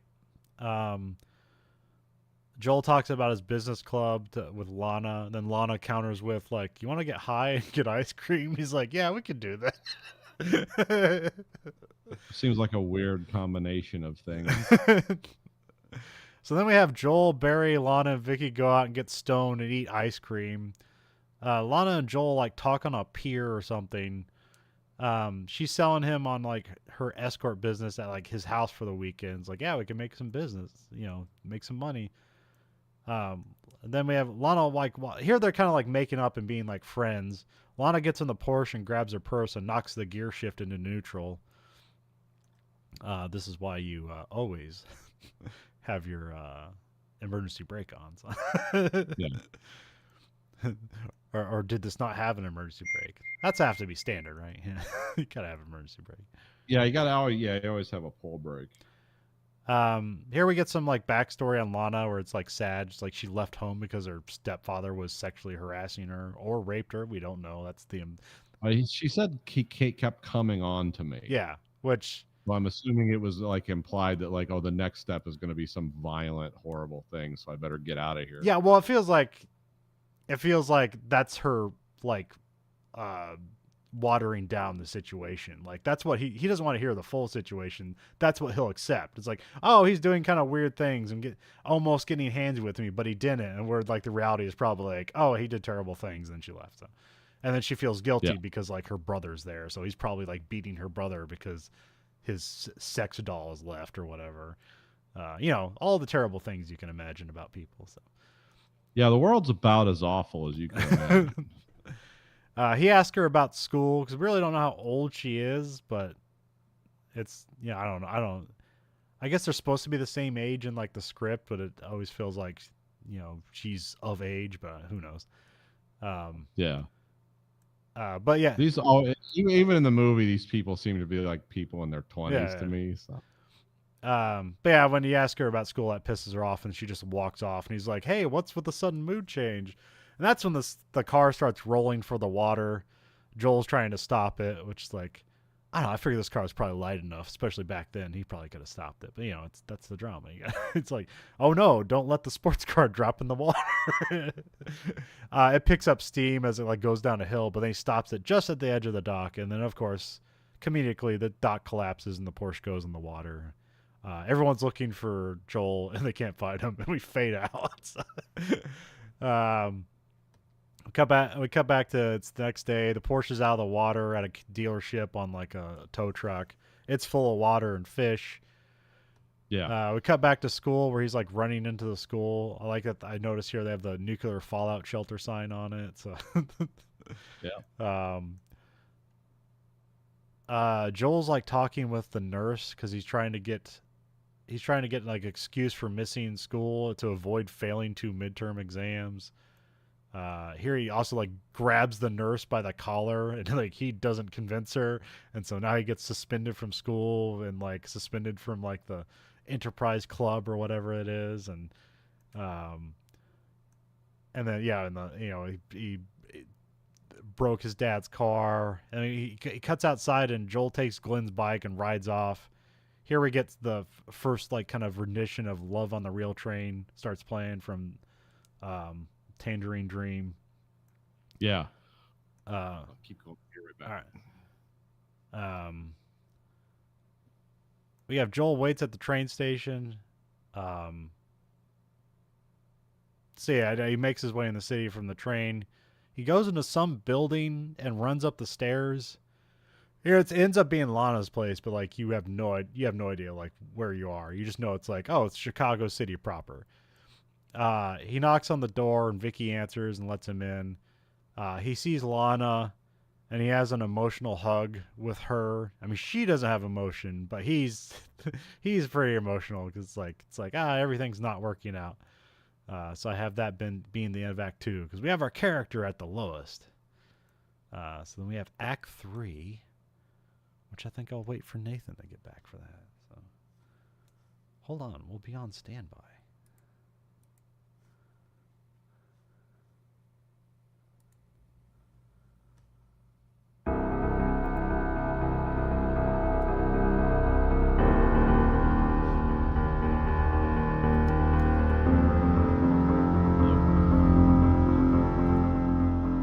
Sorry, I put us on standby for a moment. I got to stop drinking. I drank a big cup of coffee before we started. Oh, damn it. I'm not going to make it. Yeah, I had Joel goes to where the hell is this? Oh, there it is. Joel goes to Lana's place and like he has an emotional hug, but she's not emotional during the hugs. But yeah, it's one of those dead-eyed hugs. So I have so we have Act 3. Joel does a voiceover. Here he's having his kind of like car salesman voice going on here. he takes the job opportunity of turning his house into a brothel for all his rich friends and neighbors. We have Joel in sunglasses, and he's like smoking now, and he's trying to sell like some sex to all the nerds at his school, which I guess is everyone. Which will sell itself, by Yeah, the yeah. way. That's not a hard sale. Yeah. Montage of him. We got a montage of him selling sex. Then later that night, which I don't know. Yeah, this is an interesting turnaround. Like he's not really a pimp here; he's just a salesman. Because usually the call girl has to do all the selling, and the pimp just takes the money. But here he's doing the work. He's putting the footwork in. Yeah. He's working for them. We cut to later that night. There's like a house party of sex workers and clients. It's a traffic jam outside. I put some parent walks in the house, but it's not a parent. We have Joel talking with Miles, and he's like, the thing is, I don't have to pay for it. I get it anyway. And then he pulls out a pipe and starts smoking, which this all seems like a lie. It's like, if you smoke a pipe, you're not getting laid. Yeah. That stopped being cool in the 1880s. But yeah, the parent I said that walks in, he ends up being an admission agent for Princeton. This is Bill. And so they go they go into the office to have a meeting, him and Joel. They go over Joel's school stats, but Bill says they aren't quite Ivy League. There's kind of a bunch of back and forth here. There's a couple of being distracted because also like, that Bill's like, hey, it's a lot of women here and they seem to be like a bit lusty. This is weird. Then I do like that, a bit lusty. Then Lana asks like, how we doing? And this is where like, this just turns into a weird, like, this turns into the weird teen comedy. And Joel just kind of like jumps up with his arms wide and responds like, looks like University of Illinois, with a big goofy smile. Oh, it's a good joke. I guess actually the weird thing is, I guess there's a whole weird thing with Illinois and college admissions where almost all their colleges are weirdly hard to get into. And so even though this is like his backup school, it's also like a school that's almost impossible to get into. Oh, I didn't know that. Okay. Yeah, because also in Illinois you have Northwestern University, which is a part of the Big Ten, which most Big Ten schools are like, yeah, it's not that hard to get in there, but Northwestern's like one of those like on the edge Ivy League colleges, and those are really hard. It's really hard to get in there. And I guess University of Illinois is also the same thing, where it's like it's almost like a private college that's like has government land, and so they get weird funding rights, but also get to be like particular of who actually gets to attend the college. And that's like the weird thing with a lot of stuff with universities in Illinois or something like that. So they're using the old land grant system. Yeah. Oh, okay. But yeah, I don't know, this is like I've seen like this is another moment that like ends up in trailers and stuff like that for this movie, and it's a funny bit, but it's like weird. Because like how weird and dark it's going, it's like this doesn't belong. I guess this was just like ad lib by Tom Cruise, and the director thought it was funny. So because it seems like he's yeah. Well, it seems like he's playing it up way too goofy, and it's like it's almost like he's doing it intentionally. It's like, oh, you're not going to put this in the movie, and then like they put it in the movie. So then we cut to Joel's in the basement playing with a train set. Which is that his or his dad's? That seems like a dad thing. I don't know. I think that's his dad's. Okay. That's what I got. Yeah, I feel like a train set is always a dad thing. It's never like the kids love trains. Yeah. At least not like, I don't know. Yeah, train. I don't know. You're into model stuff, like train sets. That's like a step above, right? That's like going too that's far. Way more expensive than model building. That's like what are the hierarchies? So there's actually a humorous hierarchy of hobbies. It was like because like stamp collecting can be expensive, but the accoutrements aren't. Of like getting the books and stuff like that. It's buying the stamps can be expensive, but yeah, it's like model building somewhere in like the low middle, because a lot of model building is like your skill. Like the models are all, some are better, some are worse, but yeah, when you get into like trains, like that's almost all like pre-built, really nice, expensive stuff. And then you get into RC cars, and then the final step is like RC helicopters and stuff. And then drones fit in there somewhere, Yeah. but drones are more like out of the box. It's more like, oh, I have a high definition camera on here versus this functions like an actual helicopter with liquid fuel. And so, yeah, there's a hierarchy there. Yeah, well, drones you can get higher to the point where you have to get like an FAA license to actually use them correctly. Right. Yeah. Lana goes down to talk to Joel. Bill's still hanging around upstairs, which it's like, huh? so he's not off foot by the situation that Joel created. So Joel concludes that everything has gone too far. A correct conclusion. Yes. It seems like his house is about to be destroyed. Lana claims to be his girlfriend now, but then like confuses the situation by saying yes, no, maybe. So it's like, also Joel's dad is on the phone, and then while he's talking with his dad, this is where we get the phrase. Lana says, "Let's make love on a real train," which this phrase comes up like way more often for how weird this sentence is. Yeah. And it becomes the because it includes a lot of different. Yeah, it's not actually a well constructed sentence. No. It is in context to what you're seeing. Yeah. But if you just heard it, you'd be like, huh? You'd think you would just say, let's make love on a train. Yeah. Because but it comes up a lot. And it only makes sense because he's playing around with model trains. Right. Which I don't know. I think if they had sex on the train set, that would be more enticing than going to have sex on a real train. But okay. Well, that would be weird. Like, as they started having sex, like the train went into a little paper mache tunnel, and it's like, oh, okay. Now the metaphors are starting to make sense. Whereas in what the hell is that? What the hell is that show? Crap. All right, what's that guy? What was he in? Oh my god, why can't I remember the show? I got it's too funny. Oh, now it's building up, so now I don't know. Is it? No, it's not that. What is it? Let's see. All right, let's do FX show about dating. Okay. Let's see what comes up. Man Seeking Woman. Yes, that's the show. Okay. If you've never seen that show, you have to see that show. It is. There's too many things I could ruin. It's so crazy I forget most of it. One thing I do remember, there was a time where his sister is having sex with Santa, and it's creating a bunch of crazy things, and eventually they have a part where they ram a toy train up Santa's ass as part of their sex routine. So. That's amazing. Santa wants it, Yeah, Santa's into it. It's not like train sodomy that's unsolved. He's an immortal. Like, what can hurt him? Yeah. There's only debauchery in this. Whatever happens is healed by Christmas Day. The magic of Christmas. You can train up your ass and it'll be healed by Christmas Day. Santa came early. He did.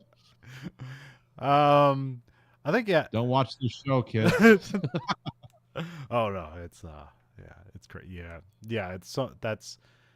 There's nothing I can tell you that would prepare you for the show. So many things are wild and out of context that you just have to see that show. Also, like, while he's on the phone, Joel's dad hears people on the phone. He's like, "Are you having a party?" Like, and then like the mom gets on the phone. It's like, "It's okay, we're gone." It's like, no, you have no idea what's going on. This isn't a party. Yeah, the parents are like trying to be magnanimous, like, "Yeah, have some fun with your friends," and it's just a full on like orange going on in the background. We get a voiceover like at the end of the night. I think they drive off to the train station. In the Air, the Night starts playing. Yeah, which is weird. That took me by surprise. I was like, okay. Which this is a year before, I guess, maybe becomes more famous in the Miami Vice context. So yeah, I always think of that. That's why when I heard this on this viewing, I was like, oh right, yeah. This would have been out at this time, but it's like, huh. It's weird because like I always remember it in the Miami Vice context where it seems to make more sense there because it's a somber song, Which here it's like I don't really know how to take it. Like, are you supposed to take it somber, or are you just supposed to think it as like, this is a cool song? Well, that's one of the weird things about this movie is like the pitch shift it has, where you don't. It's like, to me, it's all dark. Like, that's how I remembered it, and even upon watching it, I'm still kind of like, yeah, this is a pretty dark movie. But it's like, yeah, it seems to like move around a little bit in tone and pitch. And I don't know how much, because I know what the director wanted, because we're getting close to the end here, and we can talk about that. But it's like, yeah, this movie does kind of move in pitch. Yeah. It is strange. But then Lana and Joel get on a train. Some people start leaving the train, and they start making out. A bum watches them intently and like eating potato chips. Yeah, it was almost a comedic scene of like, oh, wow, okay. There's like a couple stops, and at one of the stops, Joel just throws the bum off the train. He puts a coat on him, and like, it's like, hey, stay warm. I mean, it's his coat, but I mean, it's not Joel's coat, it's the bum's coat or whatever. He might not even be a bum, just just a dude who's like, is thrifty. Yeah, could be. The train is like dark now, because there are times like, they go through some parts and like the lights go off for a moment. Here it's just like, now the lights are just off in the train. Love on the Real Train starts playing again. Here it's like more of the full thing. They start having sex. It's like it doesn't feel like they filmed it in slow motion. It feels like it's post-production slow motion where they just like doubled the frame, so it's kind of weird. But also it goes on with like making it more like dreamlike, I guess. Yeah, it's another like 7-minute scene in this movie. Which is like, Love on the Real Train song is a Tangerine Dream song, and it's pretty cool. Yeah, because it's one of the reasons like I kind of like this movie came up on my radar because I never watched it before. I was like, oh, this music's kind of cool, and then I remember people talking about like, oh, that movie's like way darker than you think it is, because all you see in commercials about it is like, oh, it's just this teen comedy romp, and it's like, that's not really what the movie is. or it's not the interesting thing to grab out of the movie. Right. So Nathan wanted to play some music, but we can't. So I attempted to do my version of Love on the Real Train. So I'll try to do that here. It goes something like this.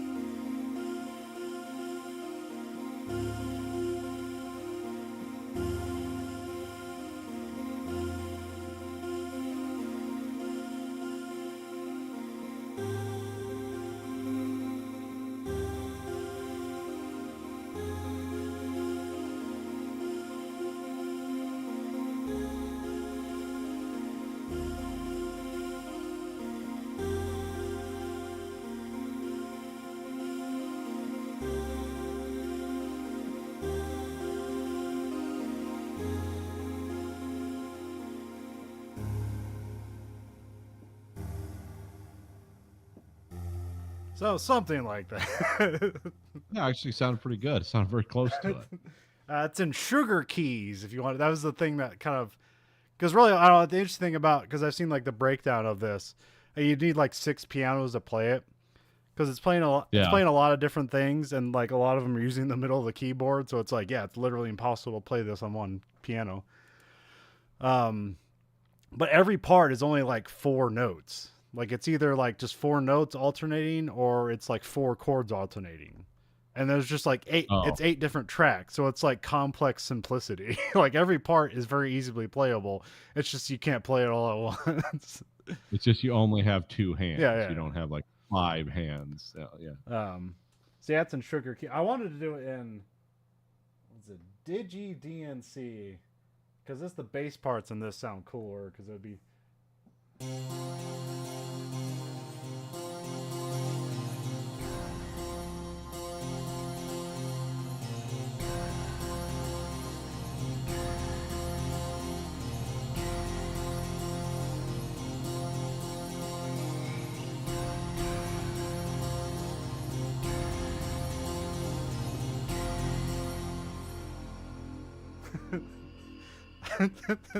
Oh, okay. Yeah, I can see that actually does sound. It's like an edgier version of it. Yeah, but just it's less dreamlike. Yeah, which like they do a whole combination of it, and I actually learned how to do some layering, but it didn't work out right, so I couldn't.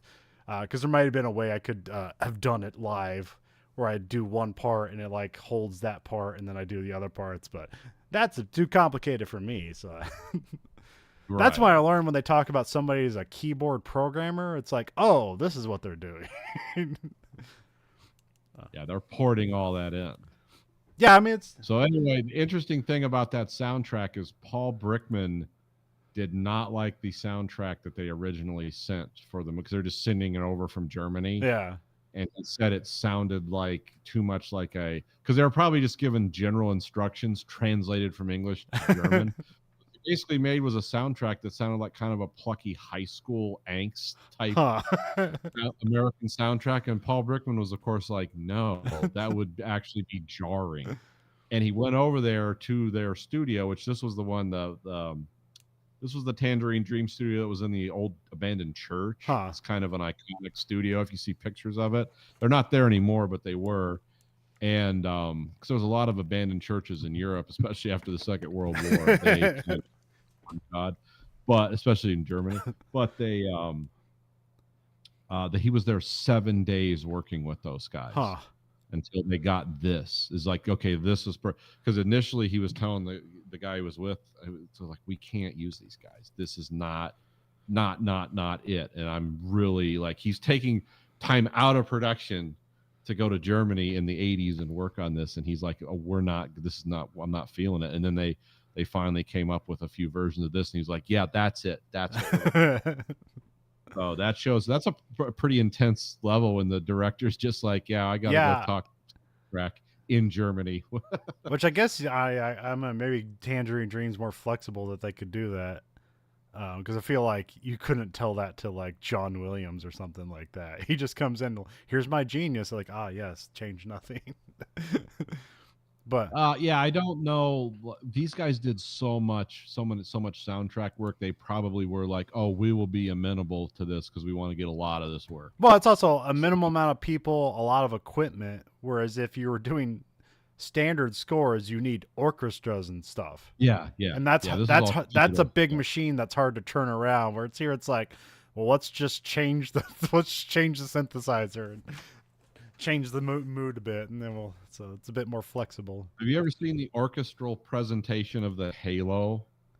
Where they use the orchestra to record that, which they actually did, by the way. Yeah. Have you ever seen how many people that involved? It's like, oh my God, they really went for it. Like that whole tag, that dun, dun, dun, dun, dun. That's like 4 different instruments. Like, oh, this is nuts. I didn't know it was this complicated. Oh yeah. That guy was it Marty something? He did that. Marty Martinez or something? I don't think it's Martinez. No. Yeah, I know who you're talking about. Yeah, because he said of all the people he went to school with to learn how to do this, he was the only one making a living doing it. So well, like, yeah, it's funny. You can do that because he was working basically with just Bungie exclusively, and like he essentially had his life like was good because he wrote like the tune for the Flintstones commercial, and he's just like he could live his rest of his life on that. Nice. That's what that Eminem song's about.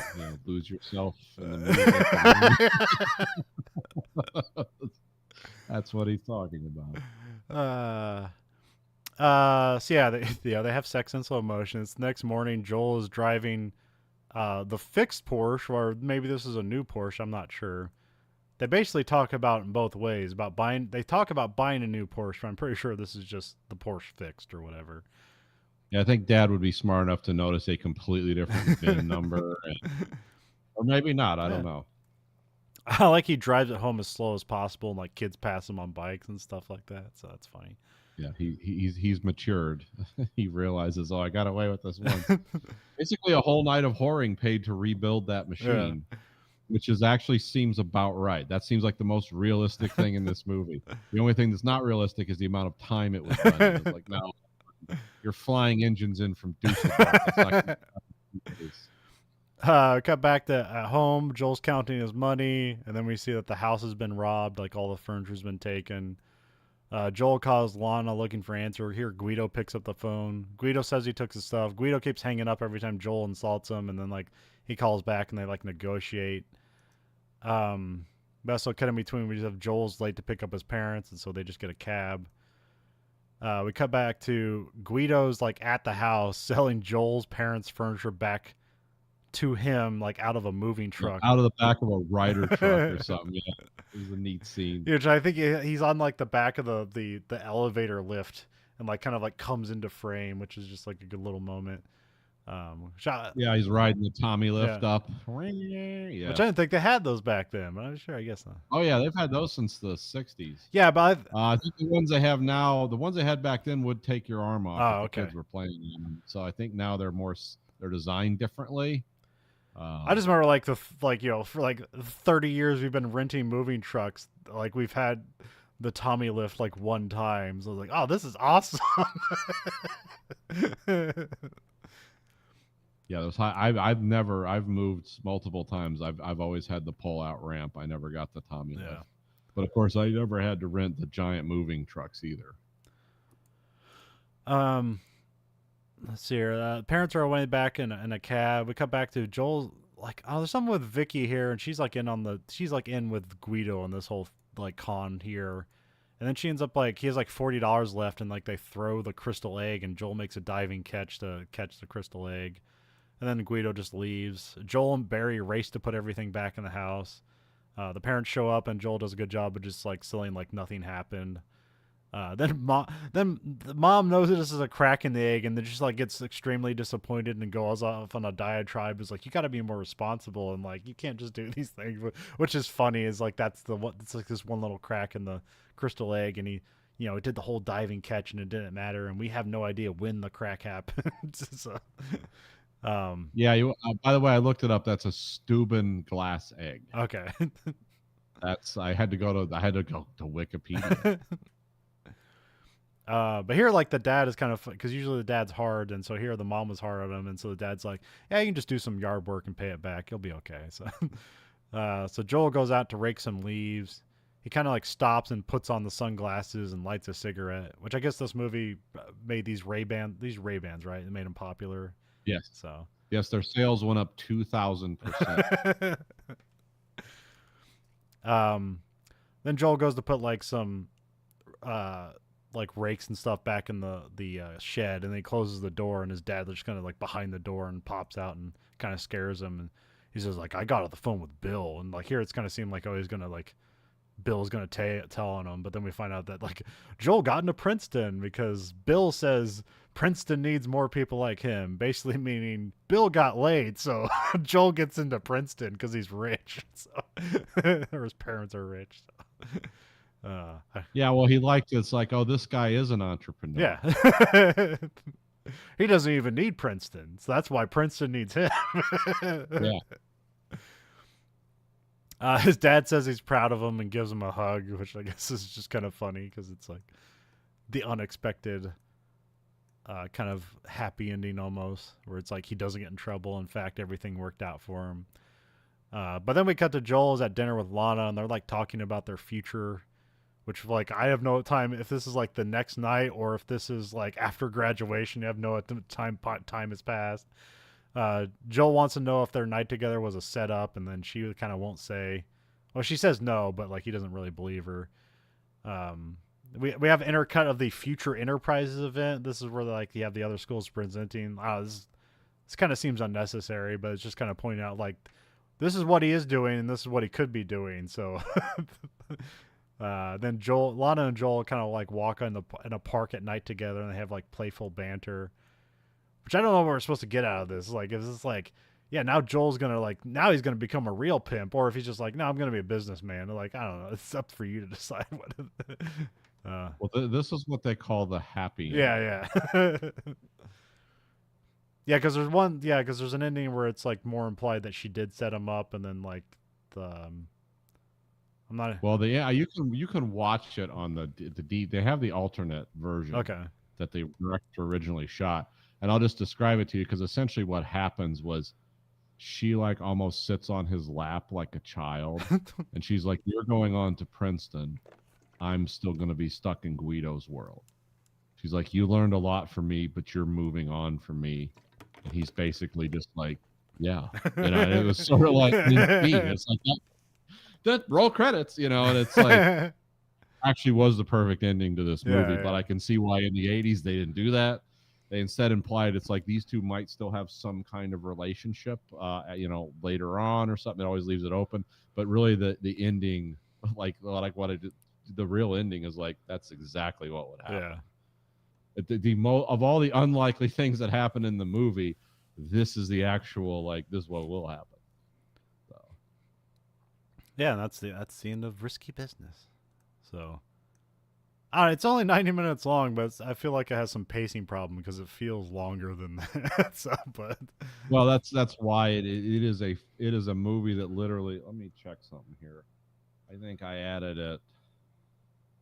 What are we doing here? There was actually almost 23 minutes if you time it out. I sort of half-assed timed it out. I don't have like one of those movie watch things where I can mark times and stuff, but there's almost 21 minutes of just like empty dialogue, music scenes in this movie.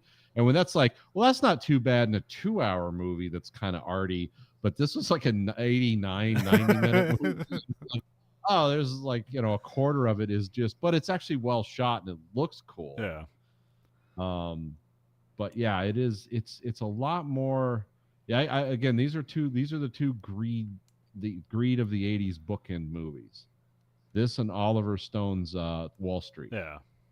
Kind of the same thing, a young man coming into the world, being shown what it's really like, and it's like, that's worse than you can imagine. And it's good. Or you gotta say fuck it. One of those two.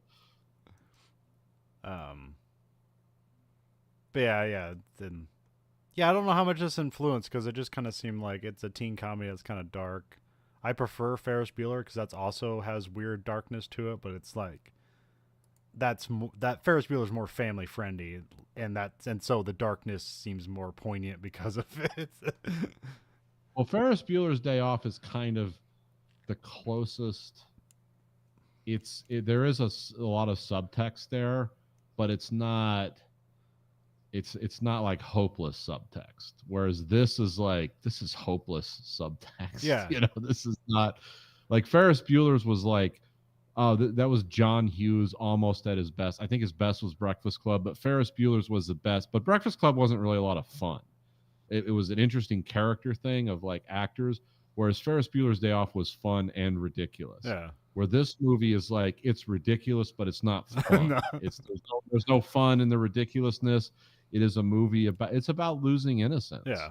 And not in a good way. And also embracing the loss of that innocence is like, oh, this is being a man.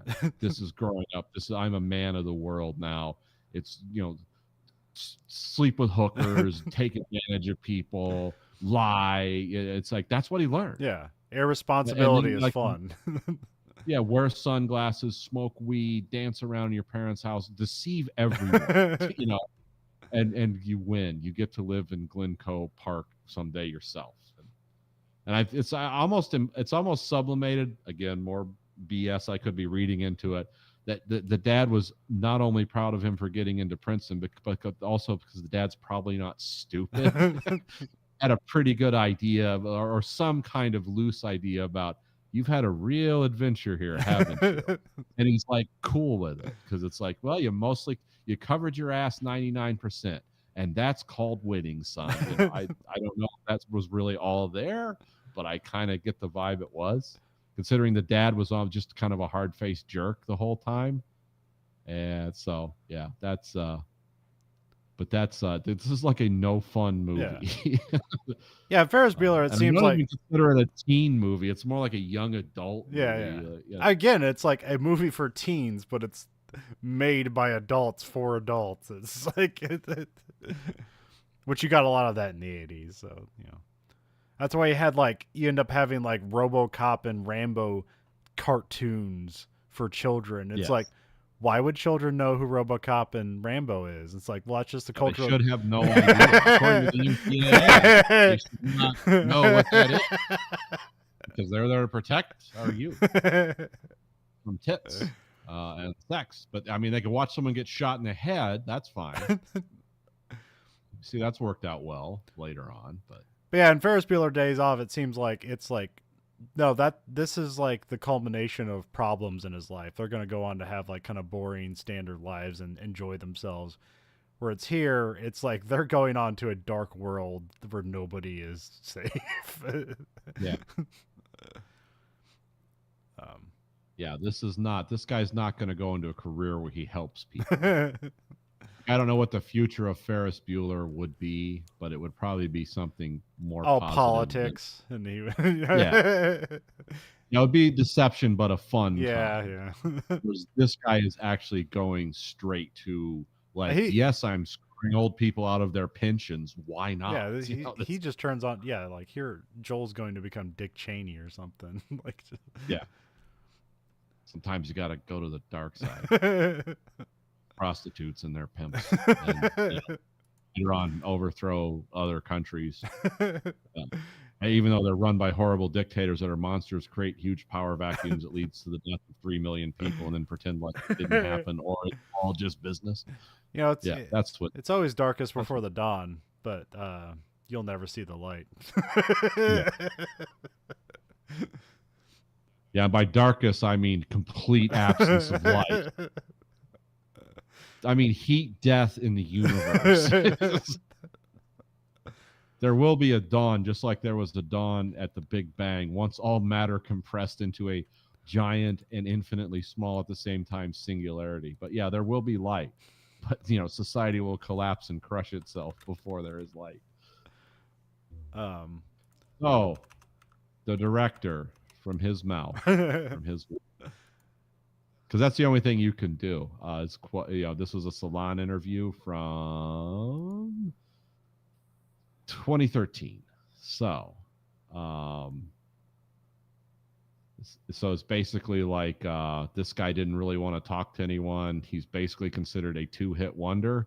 He wrote this and Men Don't Leave, which were kind of wrote and directed this and Men Don't Leave, which were kind of, those are the 2 movies he's known for. And according to him, he fled Hollywood. Okay. He just was like, this wasn't because I wasn't getting work or I'm too smart or anything. He's just like, I just couldn't deal with it. He said, you don't want to be famous. It's not fun. If you're not ready to deal with fame, don't do it. And also, if you like have a dream or a concept or an idea and you're going to be jarred and off center because you're not like projecting your dream onto the screen, don't do it because you're going to be miserable. So. Understandable. And this is also, he was born in Chicago and grew up in this area. Okay, too. so yeah, I mean that's. This is why it seems very John Hughes-esque, because he's essentially is another form of John Hughes. Grew up in the Chicago suburbs and had all the angst thereof.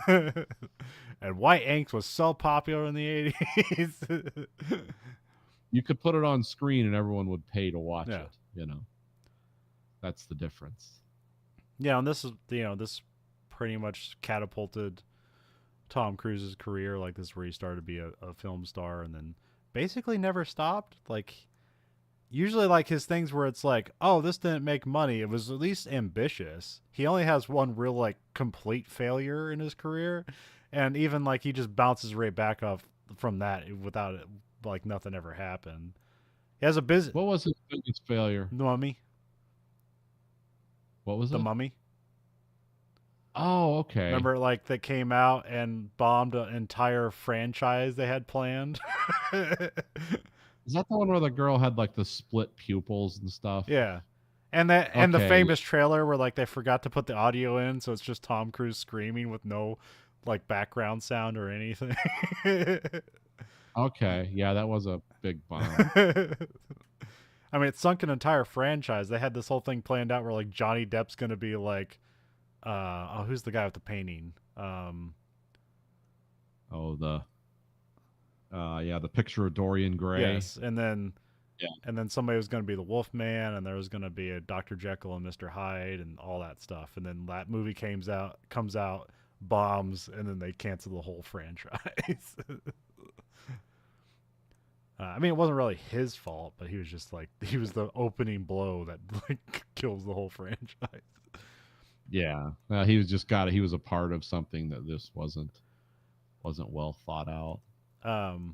But yeah, he has a busy 1983, which I don't know when these were filmed and when they were released, but he has 3 movies released in '83. He has Outsiders, where he's a bit part, but that's just a huge cast of young and upcoming stars. Then he does Risky Business, and he has All the Right Moves come out, where that's where he's a football player that needs to get out of the town, so he has to get to college through football, and that's like a whole thing. Then he jumps into Legend. Yep. And then Top Gun, and then it never slows down from there. Yeah. I guess I didn't realize he worked with both the Scott brothers back to back. Oh yeah. Yeah. It does Color of Money, that's where it's like that's kind of successful, but that's more of his critical acclaim is there because he's a good actor there. Cocktail, which is a terrible movie, but was very successful. Rain Man, he was fun in it. Yeah. The story was ridiculous, but he was fun. Oh man, that suicide note in that movie, it's the most hilarious thing ever. It's unintentionally funny. Yeah. It's like a sigh and a suicide note. Yeah.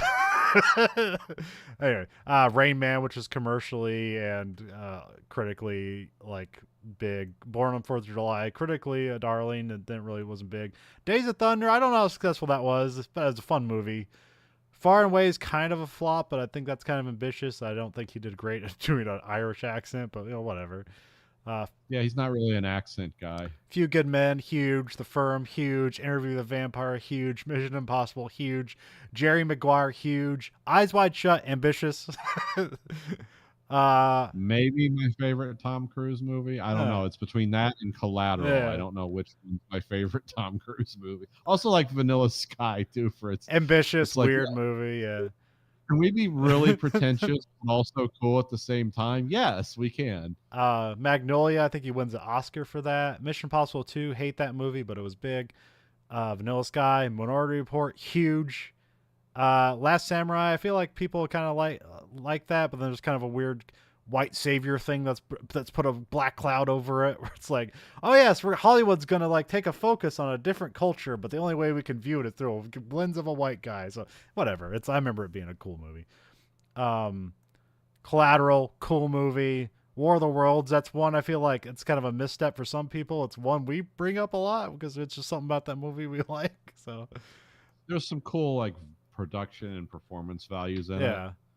It's not perfect, but it's actually okay. Mission Impossible 3 we bring up a lot. I mean, maybe not the best Mission Impossible, but kind of most interesting maybe.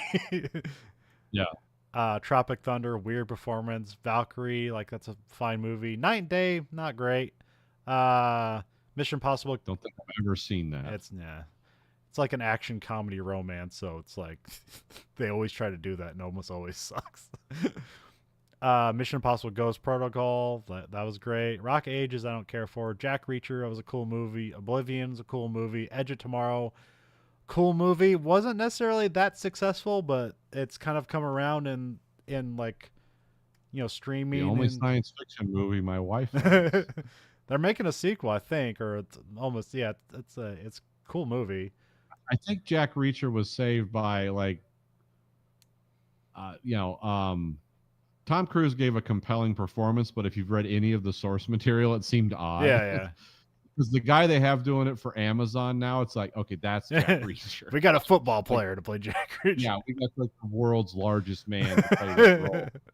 Jack Reacher, Tom Cruise's performance was excellent and was oddly saved kind of by what's the Werner Herzog. Yeah, Werner Herzog's weirdly compelling performance. Then we have Mission Impossible Rogue Nation, which is fine. I remember that being one of the weaker Mission Impossibles. Then we have Jack Reacher Never Go Back, not good. Then we have The Mummy, which that like killed the entire franchise. It's basically the lowest part of his career. I haven't seen American Made. That seemed to be like okay from what I heard from critics. It's actually really good. Then we get if you know the Barry Seal story, it's like, oh, they're actually going to tell the story. Oh, okay. So it actually they did a good job. We have Mission Impossible Fallout, like one of the best Mission Impossibles.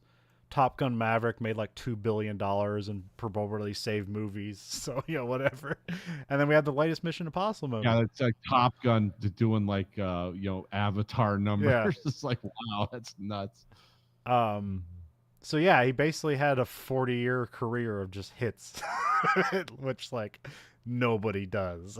No, there's only one Tom Cruise. Like I said, I know people don't like his life or his religion or whoever he is as a person, but it's like, well, I'm never going to know Tom Cruise, so I'm just entertained by him. I'm entertained by his movies. He has good work ethic. And he's never done anything horrible that I know. That we know, yeah. He just needs like a strange belief system, but it's like, everyone has one. Yeah, I don't want to hang out with Tom Cruise, but like, I might want to make a movie with him. Yeah, I'm not gonna it would be really hard to be close to this guy that's this bundle of energy. But yeah, if you were making a movie, you definitely would want this guy. Yeah, because he's done a wide enough variety of stuff. He's like, he can carry a movie. Yeah, like that's. He can do that. Well, yeah. Well, they're doing some space movie where like they get SpaceX rockets and they're gonna film scenes in space. Like that's his pull. Like, yeah, we're gonna do this. It's like, can't you do this in CGI? It's like, yeah, but nobody's gonna do what we're doing, and that's why we're doing it. We're gonna out Cameron here. I mean, like in Mission Impossible Fallout, like he's flying that fucking helicopter. it's not CGI. I know there's that big thing. I haven't seen the latest movie, but there's that big thing where like he really jumps that fucking motorcycle off that hill and parachutes down. He does like 6 fucking times, and then they have to CGI replace the ramp, and so it kind of takes the little wind out of the sails there. But like, no, they did the work.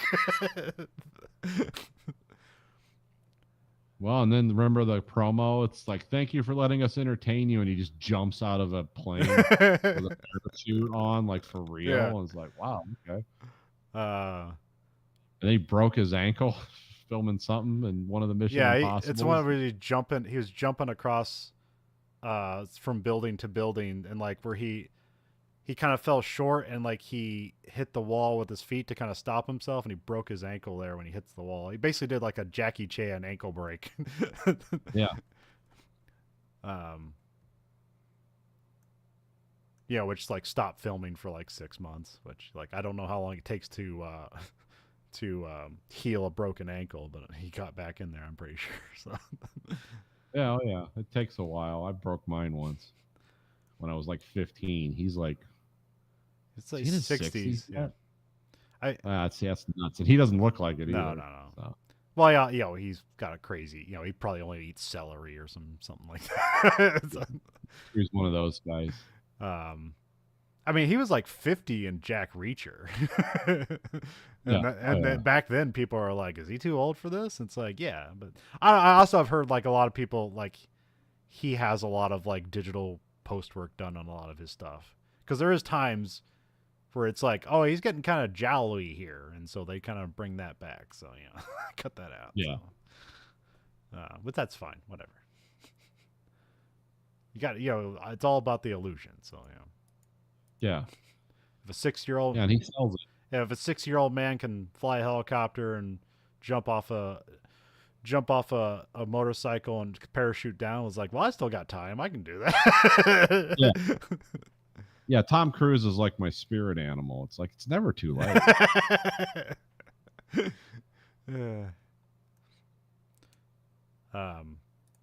So we're sending a probe into space containing a supercut of the scenes from the imperfect collection that is the Verhoeven Effect. Nathan, what scene from this movie are we chucking into space?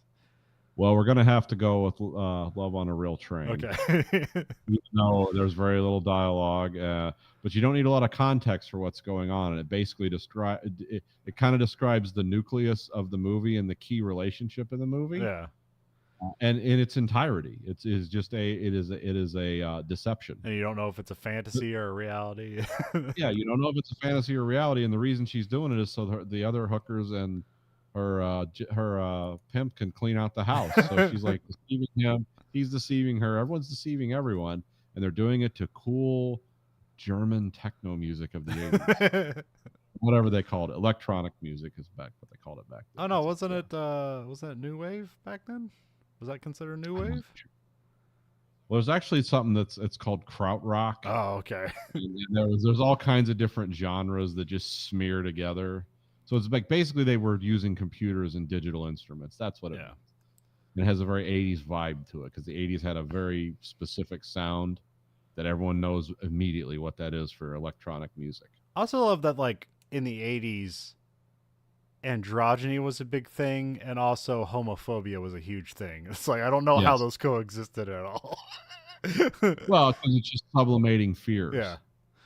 It's like, oh, I'm afraid I might be gay. So it's like, I can sublimate that by being attracted to a woman that has the body of a boy. Because it's like, then I'm not gay. I mean, I guess that's right. 80s were weird. I don't know. I never got androgyny or people that were into like women so petite and underdeveloped. Like, that's hot. It's like, no, that's not. That's not what a woman should be. So, but some guys really go for that. It's like, I want a woman that's just boobs with an eating disorder. It's like, cool. That sounds amazing.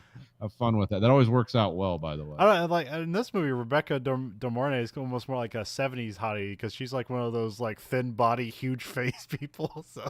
Yep. Rebecca De Mornay has twice the head she needs. That was a good actor because she just looks startling. She's like, because when she turns towards you, sometimes it's like a satellite dish moving suddenly. And a lot of women that are successful actors do look like that. They're just, their heads are enormous. So do the men too. Yeah. It's people with like real pig-eyed features and small pinched faces. Like there's not very many of them that are actors, and when they are, they're always like playing a certain type of character actors. So it's the people with the giant heads that are very proportional features. You get a lot of work. You get a lot of work if you look weird, but it's small work, and you got to get a lot of it. And then people that look good get fewer work, but it's starring roles and way more money. Well, there's a thing about beautiful people too. When you actually have, in real life, meet a beautiful man or woman, it doesn't. This doesn't matter what your sexual orientation is. When you meet people that are just really good looking, like you watch them the whole time. It's like that person looks very different from anyone around here, anyone I've ever seen. I don't know what it is, but there is something about people that have that thing, and it is intangible. Yeah. Because if you look at the variety of actors we have, it's like, oh, they all look different. They all stand out, but it's like there is something about them that draws the eye, men or women. I don't know. It's like, yes. Well, it's also the seeing people on knowing that film is kind of unreal, and then seeing them in real life. It's like, oh, that's, and you're almost like in disbelief. It's like you saw Bigfoot or something. It's like, that's not fucking real. Whatever. That person doesn't look real. You can find us on Letterboxd. We have username VHE. 1 out of 5 stars. What does Risky Business get? Risky Business gets a 4 for effort. Okay.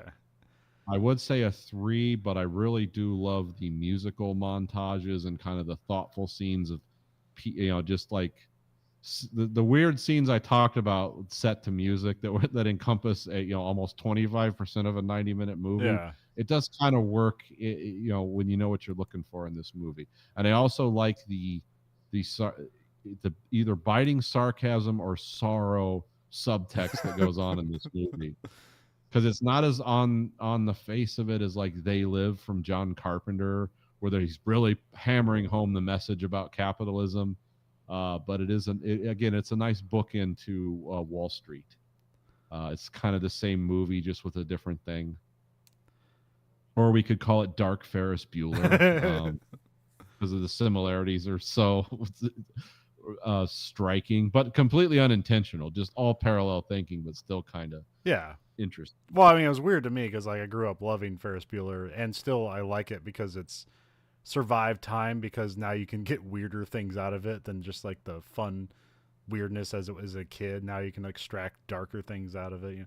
When they're at the art museum just pondering life and like, what's this mean? And like the dark things of like, oh, is Cameron gonna get the shit beat out of him by his dad? And it's like, yeah, probably, but then they're gonna hug it out at the end. That's the plan.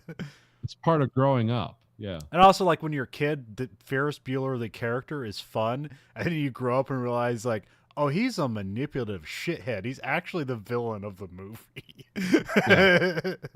He's the smartest guy in the room who makes everyone else feel inferior to him in one way or another. He's doing it on purpose. Yeah. And he's also privileged for rich kid. It's like it's everything most 90% of us hate. But somehow we're rooting for this guy and we're trying to save him. And I guess the actual villain of the movie, I guess, is a child molester trying to chase down a student. So. Oh, the guy who played the principal? Yeah. Oh, yeah. Yeah, it's fun when you can like do those time travel. Like he was bad on so many levels. He was absolutely evil. I guess I can't say child molester, a possessor of porn. That might be subjective to laws, but was not. So, whatever. I don't. Hey, you know how much CP I've ever seen in my life? Zero. You know how much I have sitting around on a floppy disk? None.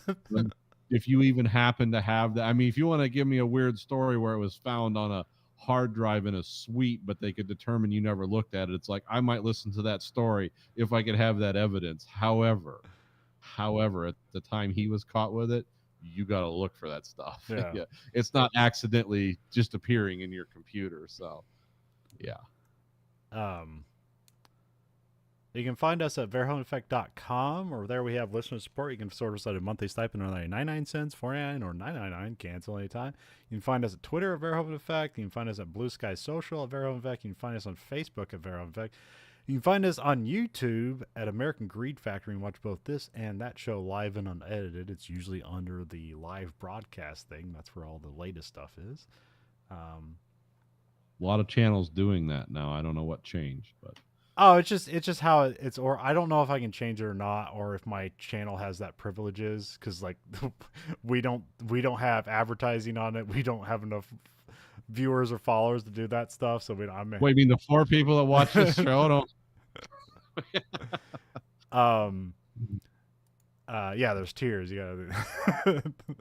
I remember I was trying to get into Twitch, and I was like, the hoops you have to jump through to get partners is like, this is a lot. I mean, it doesn't seem like a lot. It's like, oh, you have to average like 30 viewers a broadcast and stuff like that. It's like, well, that doesn't seem like, maybe I could do that. And then you get like 2, and then you watch these videos of people like, oh, I like to give small Twitch streamers like, a follow, or give them a donation, and it'll make their lives. And it's like, it's all made up, because in order to get donations on Twitch, you have to jump through all these hoops to like prove you have an audience.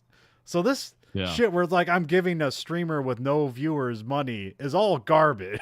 It's all made up. You have to prove you have an audience to get money through Twitch. It just can't happen randomly.